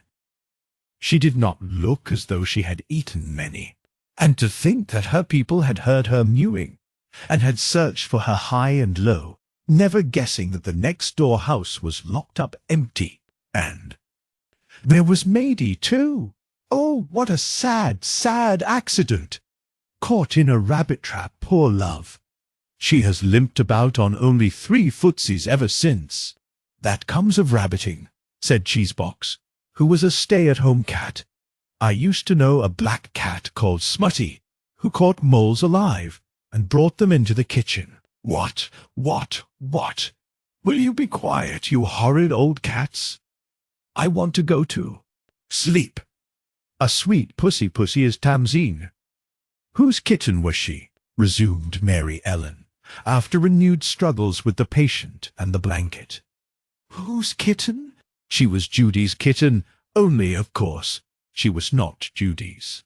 Judy had a fat big kitten of her own in the hayloft, and one day she brought in a much younger young kitten, the smallest that ever was seen. It was so very tiny, it could sit inside a glass tumbler. Goodness knows where Judy had picked it up. She carried it into the house and put it down before the fire on the hearth-rug. Judy nursed it, and it grew up into Tamsin. But it was not Judy's kitten. She was a fine cat, old Judy, such a splendid ratter. Tamsin is a rubbish. She will not look at a rat, and she plays with mice, which is as silly as trying to educate them. Did you ever hear of Louisa Pussycat's mouse seminary? No, never. Does she bury the dear little things? I always eat them. I did not say cemetery. I said seminary. Seminary is the genteel word for school. Miss Louisa Pussycat is very genteel. One night I went to town to buy soap and candles, and I thought I might as well call at the Mrs. Pussycat's shop as I was passing. On my way through the square, I saw Louisa coming down the steps from the loft over the stores. She had purchases in a basket, and she was on her way homewards. We passed the time of night, and inquired after each other's kittens. Then, as I had hoped, she invited me to step in and drink a cup of tea, and inspect the latest spring fashions from Catchester. As we went along the catwalk, she told me how she had commenced to keep a mouse seminary in addition to conducting the millinery business. She said, "It is remarkable how character can be moulded in early youth. You would scarcely credit the transformation which I achieved with my mice, Cheesebox." I inquired, "Do you use porcelain moulds or tin, Louisa?" "Character, Cheesebox. I refer to the amelioration of disposition and character, not to compose of mouse. I mould and educate their minds. I counteract bad habits by admonition, by rewards, and by judicious weeding out. Recalcitrant pupils, whose example might prove deleterious, are fried for supper by Matilda. I never have any trouble with dunces or drones. My pupils excel especially in application, and in exemplary perseverance. This very night I have left the whole seminary industriously occupied with the task of sorting 2 pounds of rice, which I have inadvertently poured into the moist sugar canister. Think of the time which it would have cost me to retrieve those grains of rice myself. But, thanks to my indefatigable mice, I am free to go out shopping, and my sister Matilda is drinking tea with friends, whilst my mouse seminary is sorting rice and sugar, under the superintendence of my favourite pupil, Tilly Dumpling. I have also taught my mice to count beans into dozens, and to sift oatmeal into a chestnut. "Dear me, Louisa," said I, getting a word in edgeways, "are their fingers clean enough to handle groceries? I always think one can smell mice in a store cupboard. My mice, Cheesebox, always lick their fingers before touching food, e.g.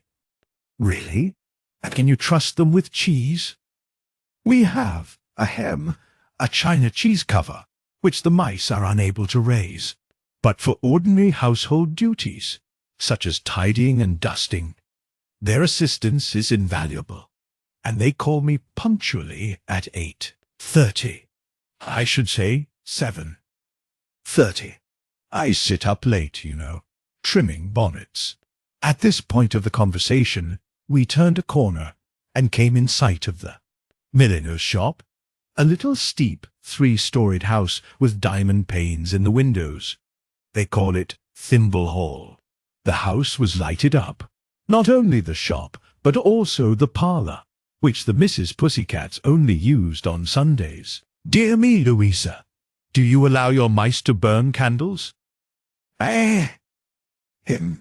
No, it is an indiscretion, said Louisa, feeling in her pocket for her latchkey. Even before the key was in the lock, we could hear patterings, squeakings, and shrill laughter. Your pupils seem to be merry, Louisa. It must be that little wretch Tilly Diddlem who eats comfits in school. I will have mouse sausage for supper, said Louisa, opening the house door hurriedly. As we entered the passage, we encountered a smell of toffee, and something boiled over on the parlour fire with a flare-up. There was pitter-pattering and scurrying into mouse-holes, followed by silence. We looked into the parlour. The fire had been lighted upon a weekday, and upon the fire was a frying-pan. "Toffee! Mouse toffee! Toffee with lemon in it! I'll toffee you! I will bake the whole seminary in a pasty when you catch them, Louisa. After all, when the cat's away the mice will play." I fancy that was the end of the Mrs. Pussycat's mouse seminary. Since then, they have been content to manage the bonnet shop. Chapter 20. Paddy Pig continued to be poorly all next day, poorly and very feverish. The circus company were concerned and worried. It added to their anxiety that they should be detained so long at Codlin Croft Farm. The farm animals and poultry were becoming troublesome. Sandy was almost as tired of Charles the cock as Paddy Pig was of Mary Ellen the cat. A change of air might do Paddy Pig good. It strikes me his illness is largely imagination and temper. Listen how he is squealing, said Sandy to Pony Billy. I do not like to take the responsibility of removing him without advice, said the cautious pony. Suppose it should prove to be measles. Sandy had an inspiration. Could we not consult the veterinary retriever? Would he come, think you? You and your friend, Eddie Tinker, bit him rather shabbily, 2 of you at once. Perhaps he would come if you asked him, Pony William. If you would ask him nicely, and take my apologies with this large bone. Where did you find that large bone, Alexander? In the ash pit, I assure you, William. It smells. It does, said Pony Billy. I'm tired of trotting on the roads, but I suppose it must be done. The sooner we get away to the moors, the better for all of us. Jenny Ferret says Zarifa has rubbed her nose with gnawing the wires of her cage, and Tuppenny's hair is all tangled again for want of being brushed.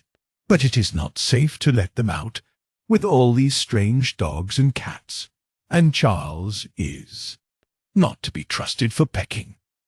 Look at the poultry crowding round the caravan. Mrs. Hodgson has been calling "Chuck, Chuck" all the afternoon, that the hens want to go home to lay. And the worst of it is they are all clamouring to see the pygmy elephant. Tell them he has caught a cold in his trunk. That would be too near the truth. They must not guess that Paddy Pig is the elephant. Pony Billy thought for a moment.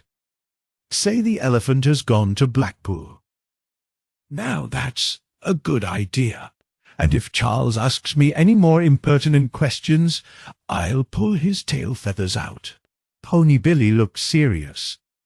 Such a proceeding would be a poor return for the hospitality of Codlin Croft. Give them some sort of a show, Sandy, while I am away. Consult Jenny Ferret. So Pony Billy trotted away once more, and Sandy and Jenny Ferret determined to give the best performance that could be arranged under the circumstances. Ikey Shepster flew round with invitations gratis, and there was quite a full house in the orchard. There were ducks, pigs, poultry, turkeys, 2 farm dogs, and the cat, which was a great disappointment for the mice who had counted upon coming. And there were also 4 calves, a cow, a pet lamb, and a number of sparrows. It would have meant a good bit of corn for us if they had all paid for tickets, said Sandy regretfully. But then the sparrows would not have come, and I have doubts about Charles. He would never have taken tickets for all those hens. Sandy was inspecting the audience through a hole in an old curtain which was hung on the line between 2 clothes props. Behind the curtain was a small platform, in fact, a box wrong side up. And behind the platform were the steps of the caravan. So the stage was conveniently situated in front of the caravan door. Ikey Shepster directed the performance from the roof above. Are you all seated? Pull the curtain, Sandy. Cow, pigs, poultry, and gentlemen, murmurs and chirtlings from Charles. Big dogs, cat, poultry, and gentlemen. I beg to explain that a concatenation of unforeseen circumstances has caused this performance to be curtailed gratis. Here, here, chirped the sparrows, because Mr. Pony William is teat here, and Mr. Tear, and Mr. Patrick Pig is unwell, and the pygmy elephant has gone to Blackpool. Wherefore, cluck, cluck, cluck, cluck, cluck, cluck. When do you expect him back? Interrupted Charles. Has gone to Blackpool for a month, wherefore the rest of us will present a dramatic sketch in 6 scenes, accompanied by recitation. I should also say the live pullercats and weasels are poorly, but the fat dormouse of Salisbury will be exhibited in a cage on account of that cat. Likewise the Sultan. Cluck, cur, cluck, cluck. My hens would prefer not to see the polecats. You ain't going to see them. Act I, scene I, said Ikey Shepster. The door of the caravan opened, and Jenny Ferret came down the steps onto the stage. She did always dress like an old woman, but this time she was dressed more so. She wore a white frilled much cap and spectacles. She carried a plate, and was followed by Sandy. Ikey Shepster up above recited, Old Mother Hubbard, she went to the cupboard to get her poor doggy a bone. When she got there, the cupboard was bare, and so the poor doggy had none. Jenny Ferret looked inside an upended perfectly empty biscuit canister, which was the only piece of furniture on the stage. In dumb show she condoled with Sandy, who was begging pathetically. Then they both bundled up the steps out of sight into the caravan. Cluck, cur, cluck, cluck, cluck. I've heard that before, said Charles. Did not he act it natural? Said one farm dog to the other. Not a single crumb. Fie, what bad housekeeping, cackled the hens. Sina said, Ikey Shepster. She went to the barber's to buy him a wig. When she came back he was dancing a jig. For this scene Sandy came on first by himself. He danced a lively pas-seul, spinning round and pirouetting. Jenny Ferret came out on the steps with a wisp of grey horsehair in her hand to represent the wig. She stood in an attitude of admiration watching Sandy.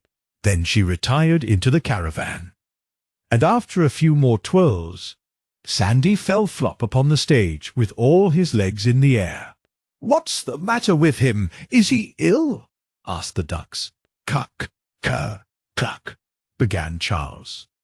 Scene third, said Ikey Shepster hastily. She went to the baker's to buy him some bread. When she came back the poor dog was dead. Jenny Ferret wrung her hands over the prostrate Sandy. The cow appeared deeply shocked.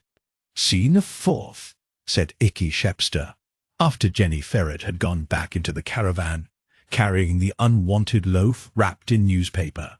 She went to the joiner's to buy him a coffin. When she came back, the poor dog was laughing. "Cock, cur, cluck. I've heard the whole of this before," said Charles. She went to the butcher's to buy him some tripe.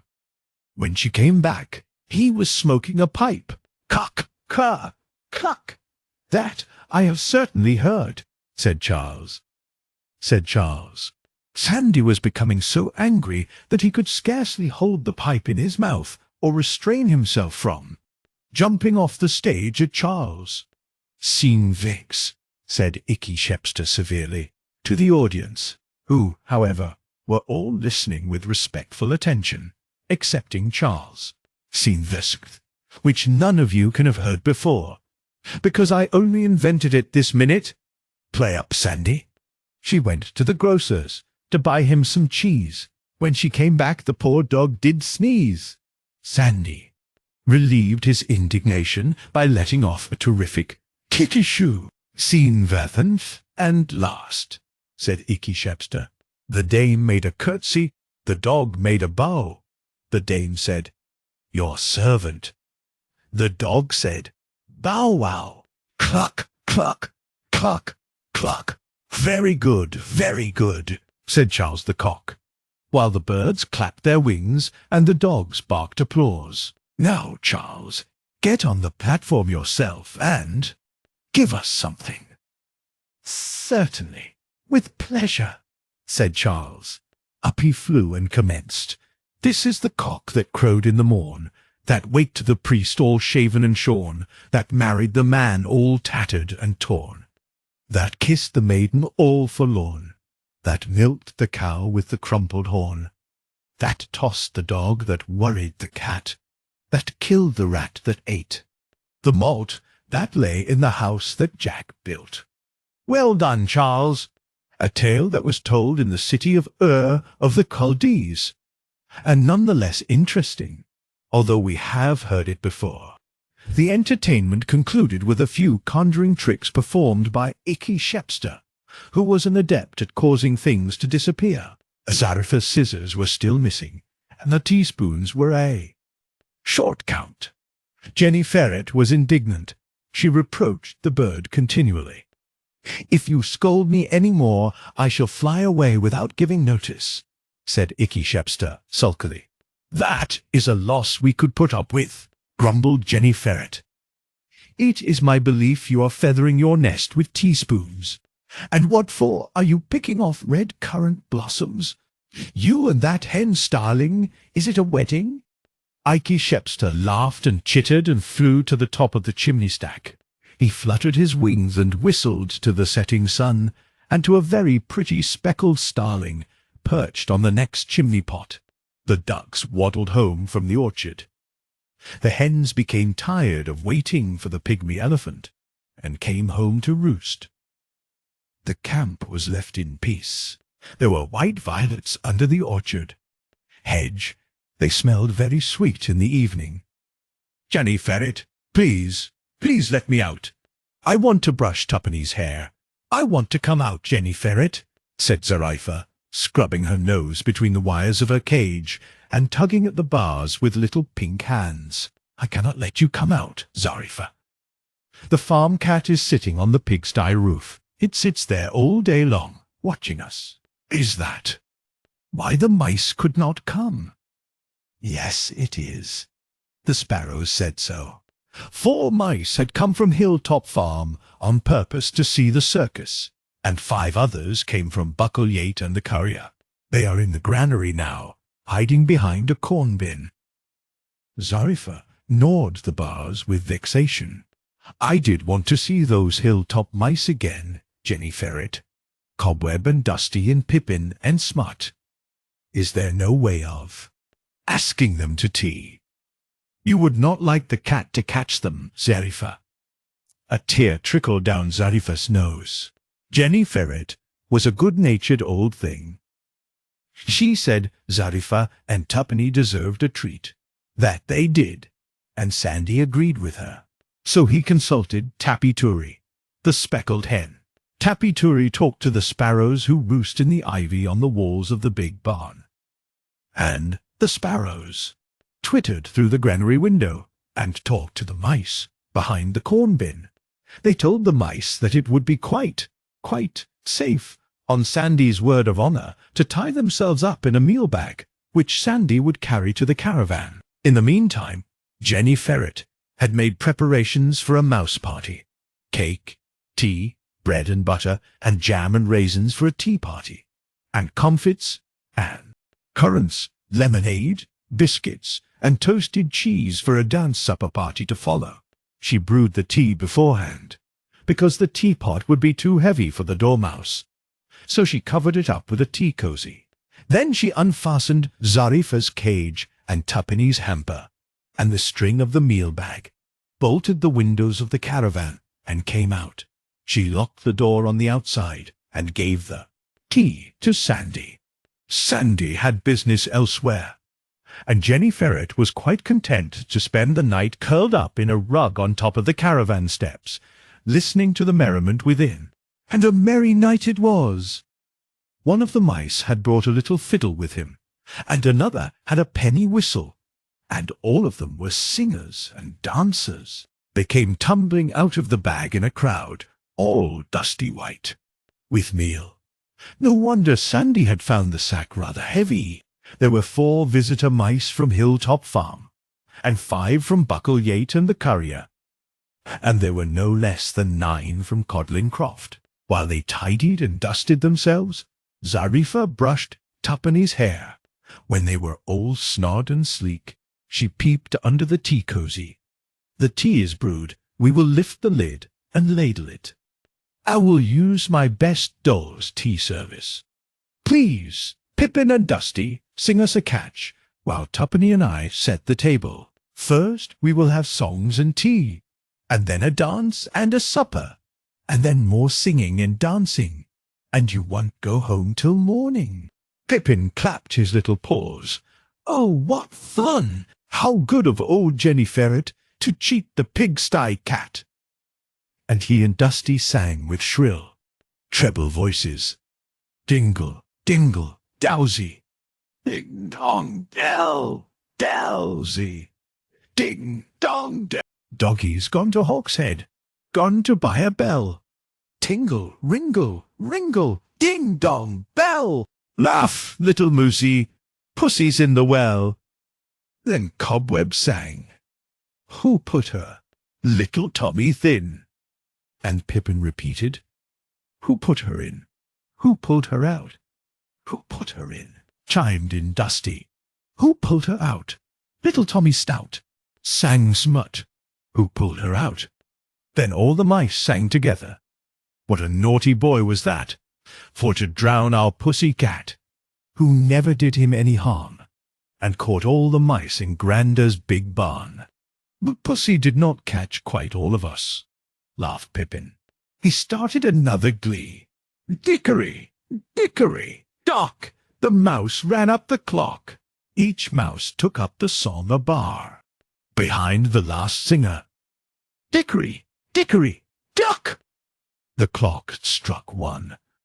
The mouse ran up the clock, down the mouse run. The clock struck 1, down the mouse run. Dickory, dickory, duck! There was singing and laughing and dancing still going on in the caravan when Sandy came back in the morning. Now while the mice were merry-making in the caravan, all sorts of things were happening in the stable. Paddy Pig continued to be feverish and restless. He kicked off the blanket as fast as the cats replaced it. "His strength is well maintained," said Cheesebox after a renewed struggle. "We must keep him on a low diet." What? "I'm hungry," squealed the patient. "Fetch me a bucketful of pigwash, I say. I'm hungry." Possibly he might be granted a teeny-weeny bit of fish. "The fisher cart comes round from Footborough on Wednesdays," purred Mary Ellen. "I won't eat it. Flukes, are full of pricky bones. Fetch me pig wash and potatoes. I could pick it for you if you fancied a little fish. I don't want fish, I tell you. I want potatoes, grumbled Paddy Pig. He closed his eyes and pretended to snore. He sleeps, purred Mary Ellen. Which of us shall? Sit up first. We might as well take turns, said Cheesebox, who was growing a trifle tired of Mary Ellen's purring. I will watch first, dear Cheesebox, while you take 40 winky peepees. Mary Ellen composed herself beside Paddy Pig, with her paws tucked under her. Paddy Pig sulked. Margaret, the mare, dozed in the stall nearest to the window. There was some reflected moonlight through the small, dusty panes, but the stable was very dark. Cheesebox jumped nimbly onto the manger, and thence into the hayrack, wherein was some foisty hay, long undisturbed, to judge by 3 doubtful eggs in a forgotten hen nest. Cheesebox curled herself up in the hay. Overhead cobwebs hung from the broken plaster of the ceiling. There were cracks between the laths, and holes in the floor of the loft above. The stable had been well appointed in old days. The tail posts of the stalls were handsomely carved, and on each were nailed the antlers of deer. The points served as pegs for hanging up the harness, but all had become neglected, broken, and dark. The corn bin was patched with tin, and the third backmost stall was full of lumber. A slight noise amongst the lumber drew the attention of Cheesebox. A climbing, scratching noise, followed by the pattering of rats' feet over the loft above. Mary Ellen, in the stall below, stopped purring. Cheesebox listened intently. There were many pattering footsteps. More and more rats were assembling. There must be a committee meeting, a congress of rats, thought Cheesebox, very wide awake. The noise and squeaking increased until there was a sound of rapping on a box for silence. I move that the soapbox chair be taken by Alder Rat Squeaker. Seconded and carried unanimously. First business, said Old Chair Squeaker in a rich, suety voice. First business, please. But there seemed to be neither first nor last. All the rats squeaked at once, and the chair rat thumped in vain upon the soapbox. One at a time, please. You squeak first. No, not. You. Now be quiet, you other rats. I call upon Brother Chigbacon to address the assembly. Now, Brother Chigbacon, squeak up. Mr. Chair Rat and Brother Rat Men, I rise from a sense of cheese. I should say duty, so to squeak. I represent the stable rats, so to squeak. What is left of us, so to squeak, being only me and Brother Scattermeal. Mr. Chair Rat, we being decimated. A horrid, squinting, hideous old cat named Cheesebox. Mary Ellen looked up at the hayrack and grinned from ear to ear. Cheesebox's tail twitched. A mangy, skinny-tailed, scraggy, dirty old grimalkin is decimating us. What is to be done, Mr. Chair Rat and Brother Ratmen? We refer ourselves to the guidance of your united wisdom and cunning. The loud, noisy squeaking recommenced. All the rats squeaked. Different advice, and Old Chair Squeaker thumped upon the soapbox. At length, amongst the jumble of squeaks, a resolution was put before the meeting by Ratson Naylor, a pert young rat from the village shop. He proposed that a bell be stolen and hung by a ribbon round the neck of that wicked green-eyed monster, the ugliest, greediest, slyest cat in the whole village, but with a bell round her neck. We would always hear her coming, in spite of her velvet slippers. Every rat voted for this proposal except Old Chair Squeaker. He was a rat of many winters, renowned for extracting cheese from every known make of rat trap without setting off the spring. Why don't you vote? What's your objection, Old Chair Squeaker? Inquired Ratson Naylor pertly. "No objection," replied Old Chair Squeaker. "None whatever. But tell me, who is going to bell the cat?" No one answered. Cheesebox reached up, standing on her hind legs in the hayrack. She applied her green eyes to a crack between the boards of the loft floor. Instantly there was a rush, a scurry, and the assembly of rats dispersed. Cheesebox jumped down into the stall. Her tail was thick, her fur stood on end. Mary Ellen, very unwisely, was still shaking with laughter. Cheesebox walked up to Mary Ellen. She boxed Mary Ellen's ears with her claws out. Mary Ellen, with a howl, jumped into the hayrack. Cheesebox followed her. They sat in the hay, making horrible cat noises and cuffing each other, to the intense annoyance of the mare in the stall below. As for Paddy Pig, who had really been enjoying a good sleep at last, Paddy Pig screamed with rage and yelled for Sandy. While the uproar was at its height, the stable door opened, and Sandy came in carrying a lantern, and followed by the veterinary retriever and Pony Billy. The retriever was a large, important dog with a hurrying, professional manner copied from his master.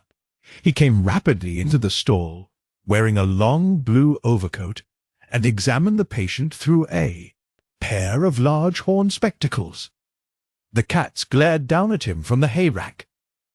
"Put your tongue out and say ah." What? It's bad manners," objected Paddy Pig. "Put your tongue out, or I'll bite you." What? The patient does not appear to be amenable to treatment, but I can perceive no rash. Nothing which would justify me in diagnosing measles. Dognosing, he pronounced. I am inclined to dog-nose iracundia, arising from tormentor ventris, complicated by feline incompatibility. But, in order to make certain, I will proceed to feel the patient's pulse. Where is the likeliest spot to find the pulse of a pig, I wonder? Try feeling his tail, suggested Pony William. I have no watch, said the retriever. But the thermometer will do just as well. Hold it to the lantern, Sandy, while I count. It does not seem to go up, said Sandy, much mystified. That settles it, said the retriever. I felt sure I was not justified in dog-nosing measles. We will now proceed to administer an emetic. I mean to say an aperient. Has anybody got a medicine glass? There is a drenching horn in that little wall cupboard behind the door, said Margaret, who was watching the proceedings with illustration. Poor Paddy Pig, much interest over the side of her stall. Capital, said the retriever. Hold the bottle, please, Sandy, while I dust the horn. It's chock-full of cobwebs. Sandy shook the bottle. I partly seem to know the smell, said he. He held it beside the lantern and spelled out the label. Apadildock. What may that be? The retriever displayed some anxiety to get the bottle away from him. Be careful. The remedy is extremely powerful. Excuse me, purred a cat's voice from the hayrack overhead. Excuse me, Apadildock is not for insides. My poor dear Granny Ma, Pusscat Mew, had Apadildock rubbed on her back where she got burnt by a hot cinder while she was sitting in the fender. Apadildock is poison. In spite of our differing, I agree with you, said another cat's voice in the hayrack. Apadildock is for outward application only. Stuff and nonsense, said the veterinary retriever, drawing the cork out of the bottle with his teeth. Stuff and nonsense. Here goes. What? If you poison me again, I'll scream, remonstrated the patient. I seem to remember the smell, said Sandy. Quite likely, said the retriever. Since there is going to be all this fuss, I may as well tell you it's castor oil that I have in the bottle. What? Castor! Ugh! Ah! Choked Paddy Pig, as they poked the drenching horn into the corner of his mouth and dosed him. A good, safe, old-fashioned remedy. Paddy Pig, said Pony William, now go to sleep, and you will wake up quite well in the morning. As a matter of fact, I don't think there is much wrong with you now. I think one dose will cure me. But, Pony Billy, come here. I want to whisper. For goodness sake, send away those cats. Pony Billy took the hint and acted with tact. Mary Ellen, we are extremely obliged to you for your invaluable attention to the invalid. I shall be pleased to trot you home to Stott Farm, provided you can go at once, before the moon sets. Cheesebox, we are equally indebted to you for your self-sacrificing devotion. I may tell you, there are 4 rats quarreling in the granary, and one of them sounds like Ratzenailer. Cheesebox jumped out of the stable window without another word. Mary Ellen, after making sure that the veterinary retriever had left, Mary Ellen climbed down into the stall and tucked up the patient for the last time. Was it a poor little sick piggy then? What? Here, I say. Sandy, lie still then. I am only seeking my fur-lined boots. They are somewhere in poor piggy's beddy. Come, Mary Ellen. The moon is setting. Good night, Paddy Pig, and pleasant dreams. Now we shall have some peace. Those 2 are worse than the rats, said Margaret, lying down heavily in her store. Paddy Pig was already snoring. The sun rose next day upon a glorious May morning. Paddy Pig, a little thinner than usual, sat by the campfire, displaying a hearty appetite for breakfast. No more toadstool tartlets for me. Give me another plateful of porridge, Jenny Ferret. Chapter 22. It is never quite dark during spring nights in the north. All through the twilight, Night Charles kept crowing. He was calling the circus company to breakfast, strike camp and away, before the sun came up. Jenny Ferret's fire still smouldered. She heaped on sticks to boil the kettle. There was hustling and packing up, and clucking of hens and barking of dogs. Is all taken back that we borrowed? Asked Sandy. I am answerable to honest old Bobs. What about that meal bagful of mice, Zarifa? Please, Sandy, the Codling Croft mice are tied up ready. Why only the mice of Codling Croft? Where are the other 9? Please, Sandy, might they ride to the top of Cuckoo Brow? Then they could run home all the way inside the fence. They were afraid of owls. And besides, I did so want them to meet Belinda Woodmouse. We are sure to see her. In short, they have remained. And they must be pulled, said Pony Billy, good-humouredly. Here is a worse difficulty. Who is going to pull the tilt cart? Paddy Pig is not fit for it, said Jenny Ferret, hurrying up with an armful of circus trappings. That's all arranged, said Pony Billy. Come along, Cuddy Simpson. The gypsy's donkey walked into the orchard on Metal's 4 new shoes.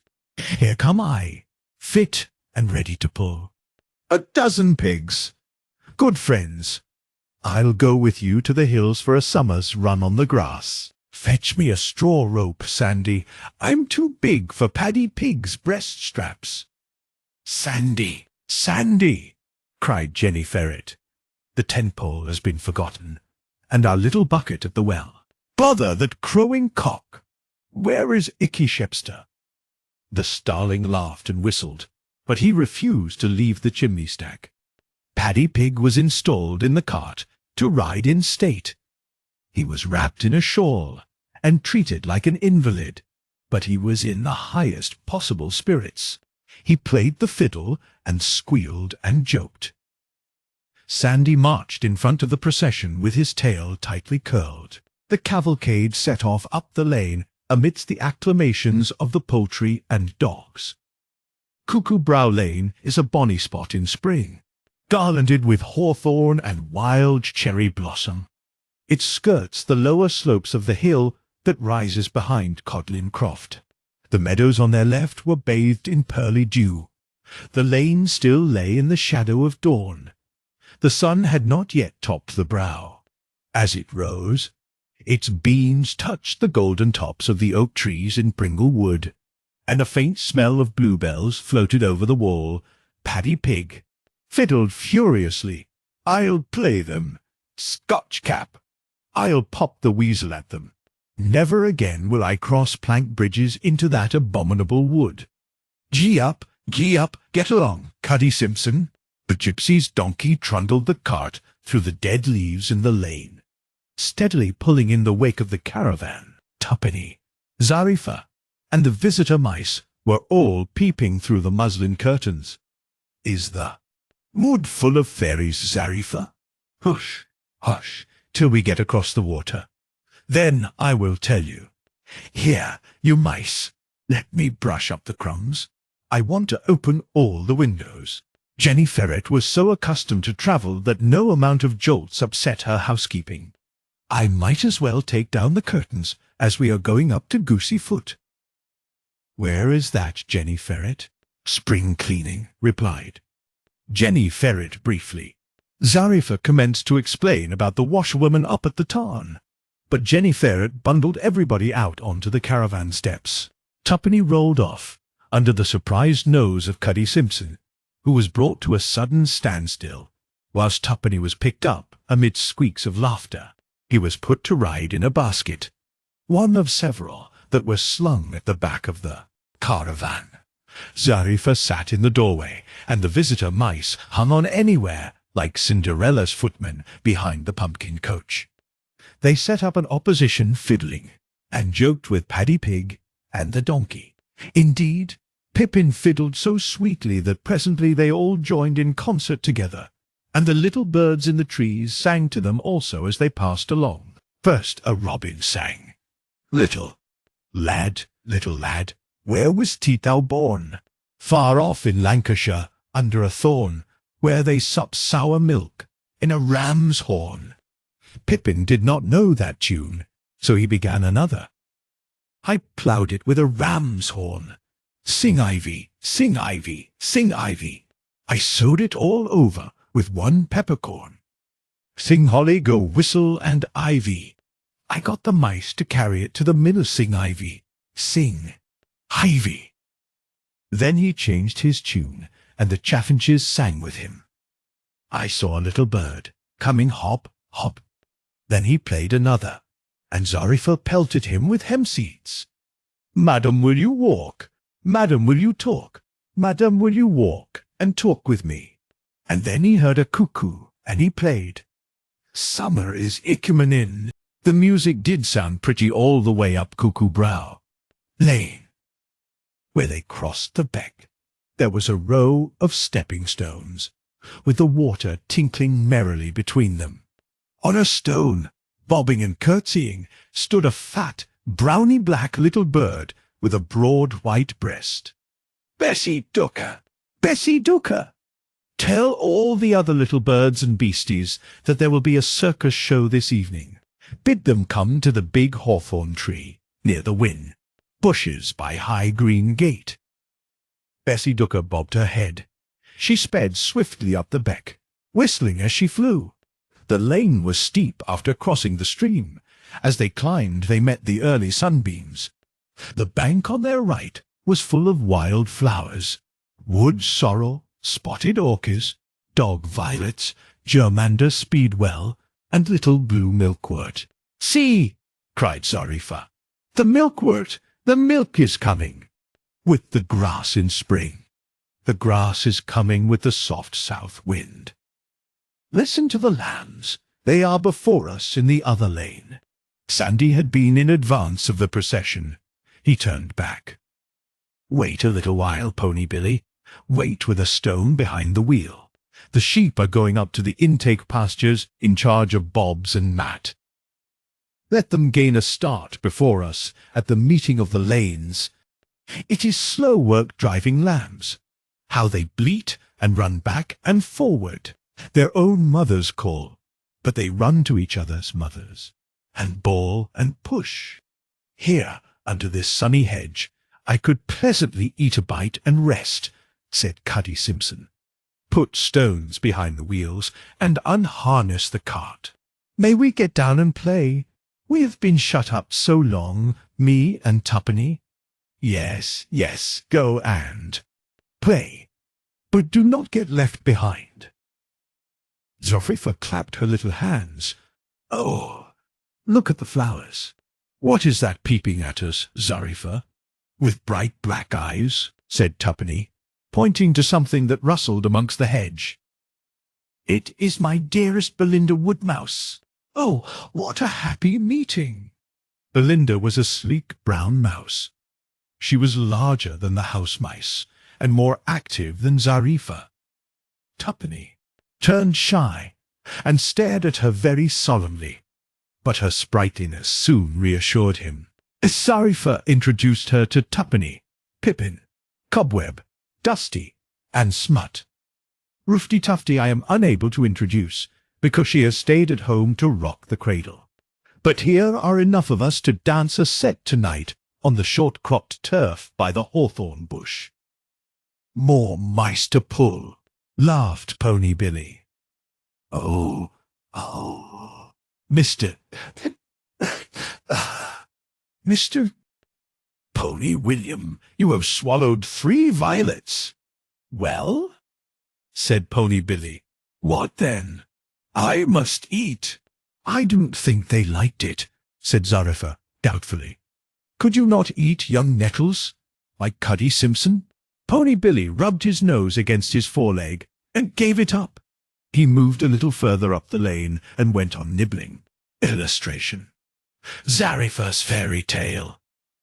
Can the flowers feel? Zarifa, whispered Tuppenny. I do not know how much or how little, but surely they enjoy the sunshine. See how they are smiling and holding up their little heads. They cannot dart about, like yonder buzzing fly, nor move along the bank like that big yellow-striped queen wasp. But I think they take pleasure in the gentle rain and sun and wind, children of spring, returning from year to year, and longer lived than us, especially the trees. Tuppenny, you asked me about fairies. Here on this pleasant sunny bank, I can tell you better than in the shadowed woods. Are they good fairies, Zarifa? Yes, but all fairies are peppery. The fairy of the oak tree was spiteful for a while. Sit you round on the moss, Belinda and Tuppenny, and visit her mice, and I will try to tell you prettily a tale. That should be pretty. The tale of the fairy in the oak. There is something glorious and majestic about a fine English oak. The ancient Britons held them sacred, and the Saxons who came after revered the Druids' trees. William the Norman Conqueror ordered a record of all the land. Because there were no maps, they wrote down landmarks. I remember an oak in Hertfordshire that had been a landmark for Doomsday Book. This North Country oak of my story was less old than the Doomsday Oak. It had been a fine upstanding tree in Queen Elizabeth's reign. For centuries it grew tall and stately, deep-rooted amongst the rocks, by a corner above an old highway that led to a market town. How many travellers had passed the tree since that road was a forest? Track! Hunters, robbers, bowmen, knights on horseback riding along, pikemen, jackmen marching, country folk and drovers, merchants, peddlers with laden pack-horses. At each change the road was mended and widened. There began to be 2-wheeled carts. Then farmers' wives left off riding on pillions. The gentry drove gigs and coaches, and alas, there came the wood wagons. Other oak trees were carried to the seaport to make ships' timbers, old England's wooden walls. But the fairies' oak towered out of reach. No wood feller clambered up to it. Now our ships are built of steel, and iron horses rush along our roads, and the district council decided to remove the rocks and corner to widen the road for motor cars. Surely it is cruel to cut down a very fine tree. Each dull, dead thud of the axe hurts the little green fairy that lives in its heart. The fairy in the oak had been a harmless, timid spirit for many 100 years. Long ago, when the oak was a sapling, there had been wolves, and the dalesmen hunted them with hounds. The hunt swept through the forest. The frightened fairy leaped into the oak branches. She found the tree a place of refuge. Therefore, she loved it and made it her home. Because it had a guardian fairy, that oak grew tall and strong, and each of the finest trees in the forest had a fairy of its own as well. There were birch fairies, beech fairies, alder fairies, and fairies of the fir trees and pines. All were dressed in the leaves of their own special trees, and in spring, when the trees had new leaves, each fairy got herself a new green gown. They never went far from the trees that they loved. Only on moonlight nights they came down, and they danced together on the ground. In autumn, when the leaves fell off, and the trees were left bare and cold, each fairy withdrew into the heart of its tree, and slept there, curled up, till spring.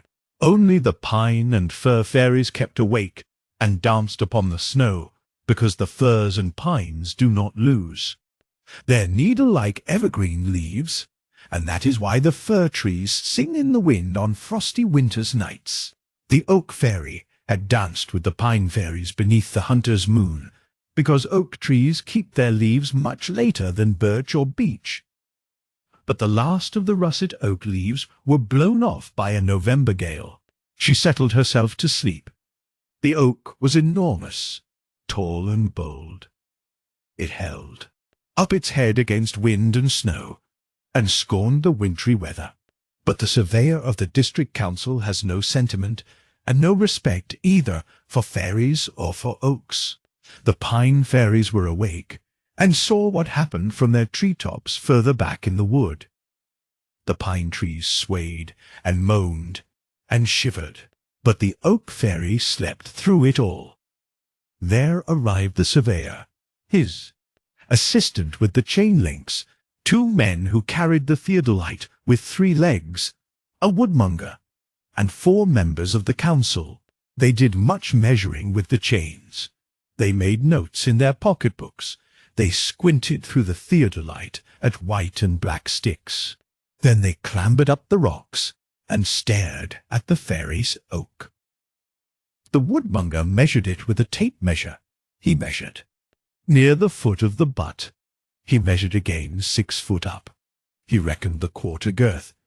They did calculations according to Hoppus. The councillors said that the tree had an enormous butt, 30-foot run of clean timber to the first branch, with never a knot. They looked at the rocks and did sums. Then they went away. Nothing happened for 6 weeks, except a gale that blew down an ash tree. It crashed amongst the rocks. Its fairy fell out, shrieking. She ran up and down in tattered yellow leaves, till she found an empty bird nest, and hid in it. In January, a number of men arrived. They had tools, and wheelbarrows, and carts, and a wooden hut. They were quarrymen, navvies, woodfellers, and carters and wagoners with horses. They cleared away the underwood. They drilled and blasted the rocks. The noise of blasting was like thunder. It awoke every fairy in the wood, and they felled the fairy's oak. For 3 days they hacked and sawed and drove wedges. The wood was as hard as iron. Their axes broke. Their saws were nipped. They lost their wedges overhead in the cuts. But day after day they labored and swung their heavy axes, and drove iron wedges with sledgehammer blows into the great tree's heart. Then one climbed the tree and tied a wire rope to its head, and they pulled with a wagon horse. The tree swayed and groaned, and the hawser broke. Again they wielded their axes, and the little fairy sobbed and cried with pain. Suddenly, with a rending shriek and a roar, the oak thundered down amongst the rocks. It lamed a horse, and it did the men a mischief. All next day they hacked and sawed. They cut off its head and arms. They left the trunk lying overnight beside the road. The fairy stayed beside it, and caused another accident, upsetting a farmer's cart. His horse in the dusk saw a thing like a little green squirrel that scolded and wrung its hands. Next day came the wagoners to hoist the great tree, and then again there was disaster. The 3 legs slipped. The chains broke twice. Was it the fury of the little angry spirit that beat against the chains and snapped them? At length the tree was loaded. They drew away the wagon with 2 extra pairs of horses, and the fairy, sullen and exhausted, sat huddled upon the log. They swept the top stones off the walls. They had every sort of trouble, but at last they reached the summit of the moor. 10 chain horses were unhooked, leaving 1 trembling thill horse in the shafts. The brake was screwed on hard to face the steep descent. Down below the hill there sounded a humming, whirring sound, the noise of the sawmill. The fairy sprang from her tree and fled away into the woods. All winter she wandered homeless. One day she climbed into one tree. Another day she climbed into another tree. She always chose an oak tree, but she could not settle to sleep. Whenever a load of sawn timber came back up the road from the sawmill, the fairy came down to the road. She looked at it wistfully, but it was always larch or ash or plane, not oak. She wandered further afield in springtime, into the meadows outside the woods. There was grass for the lambs in the meadows, on the trees young green. Leaves were budding, but no new green leaves for the oak fairy. Her leaf gown was tattered and torn. One day she sat on a treetop, and the west wind blew over the land. It brought sounds of lambs bleating, and the cuckoo calling, and a strange new sound from the river, clear ringing blows upon oak. Men do not fell trees in May, when the sap rises. Why does this sound stir my heart, and make my feet dance in spite of me? Can I hear cruel hammers and saws upon oak wood, and feel glad? Said the fairy of the oak. She came out of the wood, and her feet danced across the meadow, through the cuckoo flowers and marsh marigolds, to the banks of the flooded stream, where men were building a new bridge to the farm, where none had been before, a wooden bridge with a broad span across. The rushing river and the straight brave timbers that spanned it were made of the fairy's oak. Is that all, Zariffa? She had come to a stop. All, except that she was happy again, and she made her home in the bridge. She lives there, contented and useful, and may live there for hundreds of years, because hard-grown oak lasts forever, well seasoned by trial and tears. The river sings over the pebbles, or roars in autumn flood. The bridge stands sure and trusty where never before bridge stood. Little toddling children take that shortcut to the school, and something guards their footsteps by the bank of the flowery pool. The good farm horses bless the bridge that spares them a weary road, and something leads them over and helps to lighten their load. It wears a russet-brown petticoat and a little hodden grey cloak, and that is the end of my story of the fairy in the oak. Very sweet, Zariffa, albeit long-winded. Now mount the steps and away. White clouds sail across the blue heaven. The sheep and their lambs are on the fell. The plovers and curlews are calling. Tune up, little fiddlers, begone! They harnessed up, they trailed away, over the hills and far away, on a sunny windy Morning. But still in the broad green lonin going up to the intake, I can trace my pony's fairy footsteps and hear her eager neighing. I can hear the rattle of the tilt cart's wheels and the music of the fairy caravan. Here, the story comes to an end. If you enjoy quality English audiobooks uploaded regularly, be sure to subscribe to Driven to Win Audiobook. From timeless classics to modern masterpieces, you will find them all here. Thank you for listening to Driven to Win Audiobook.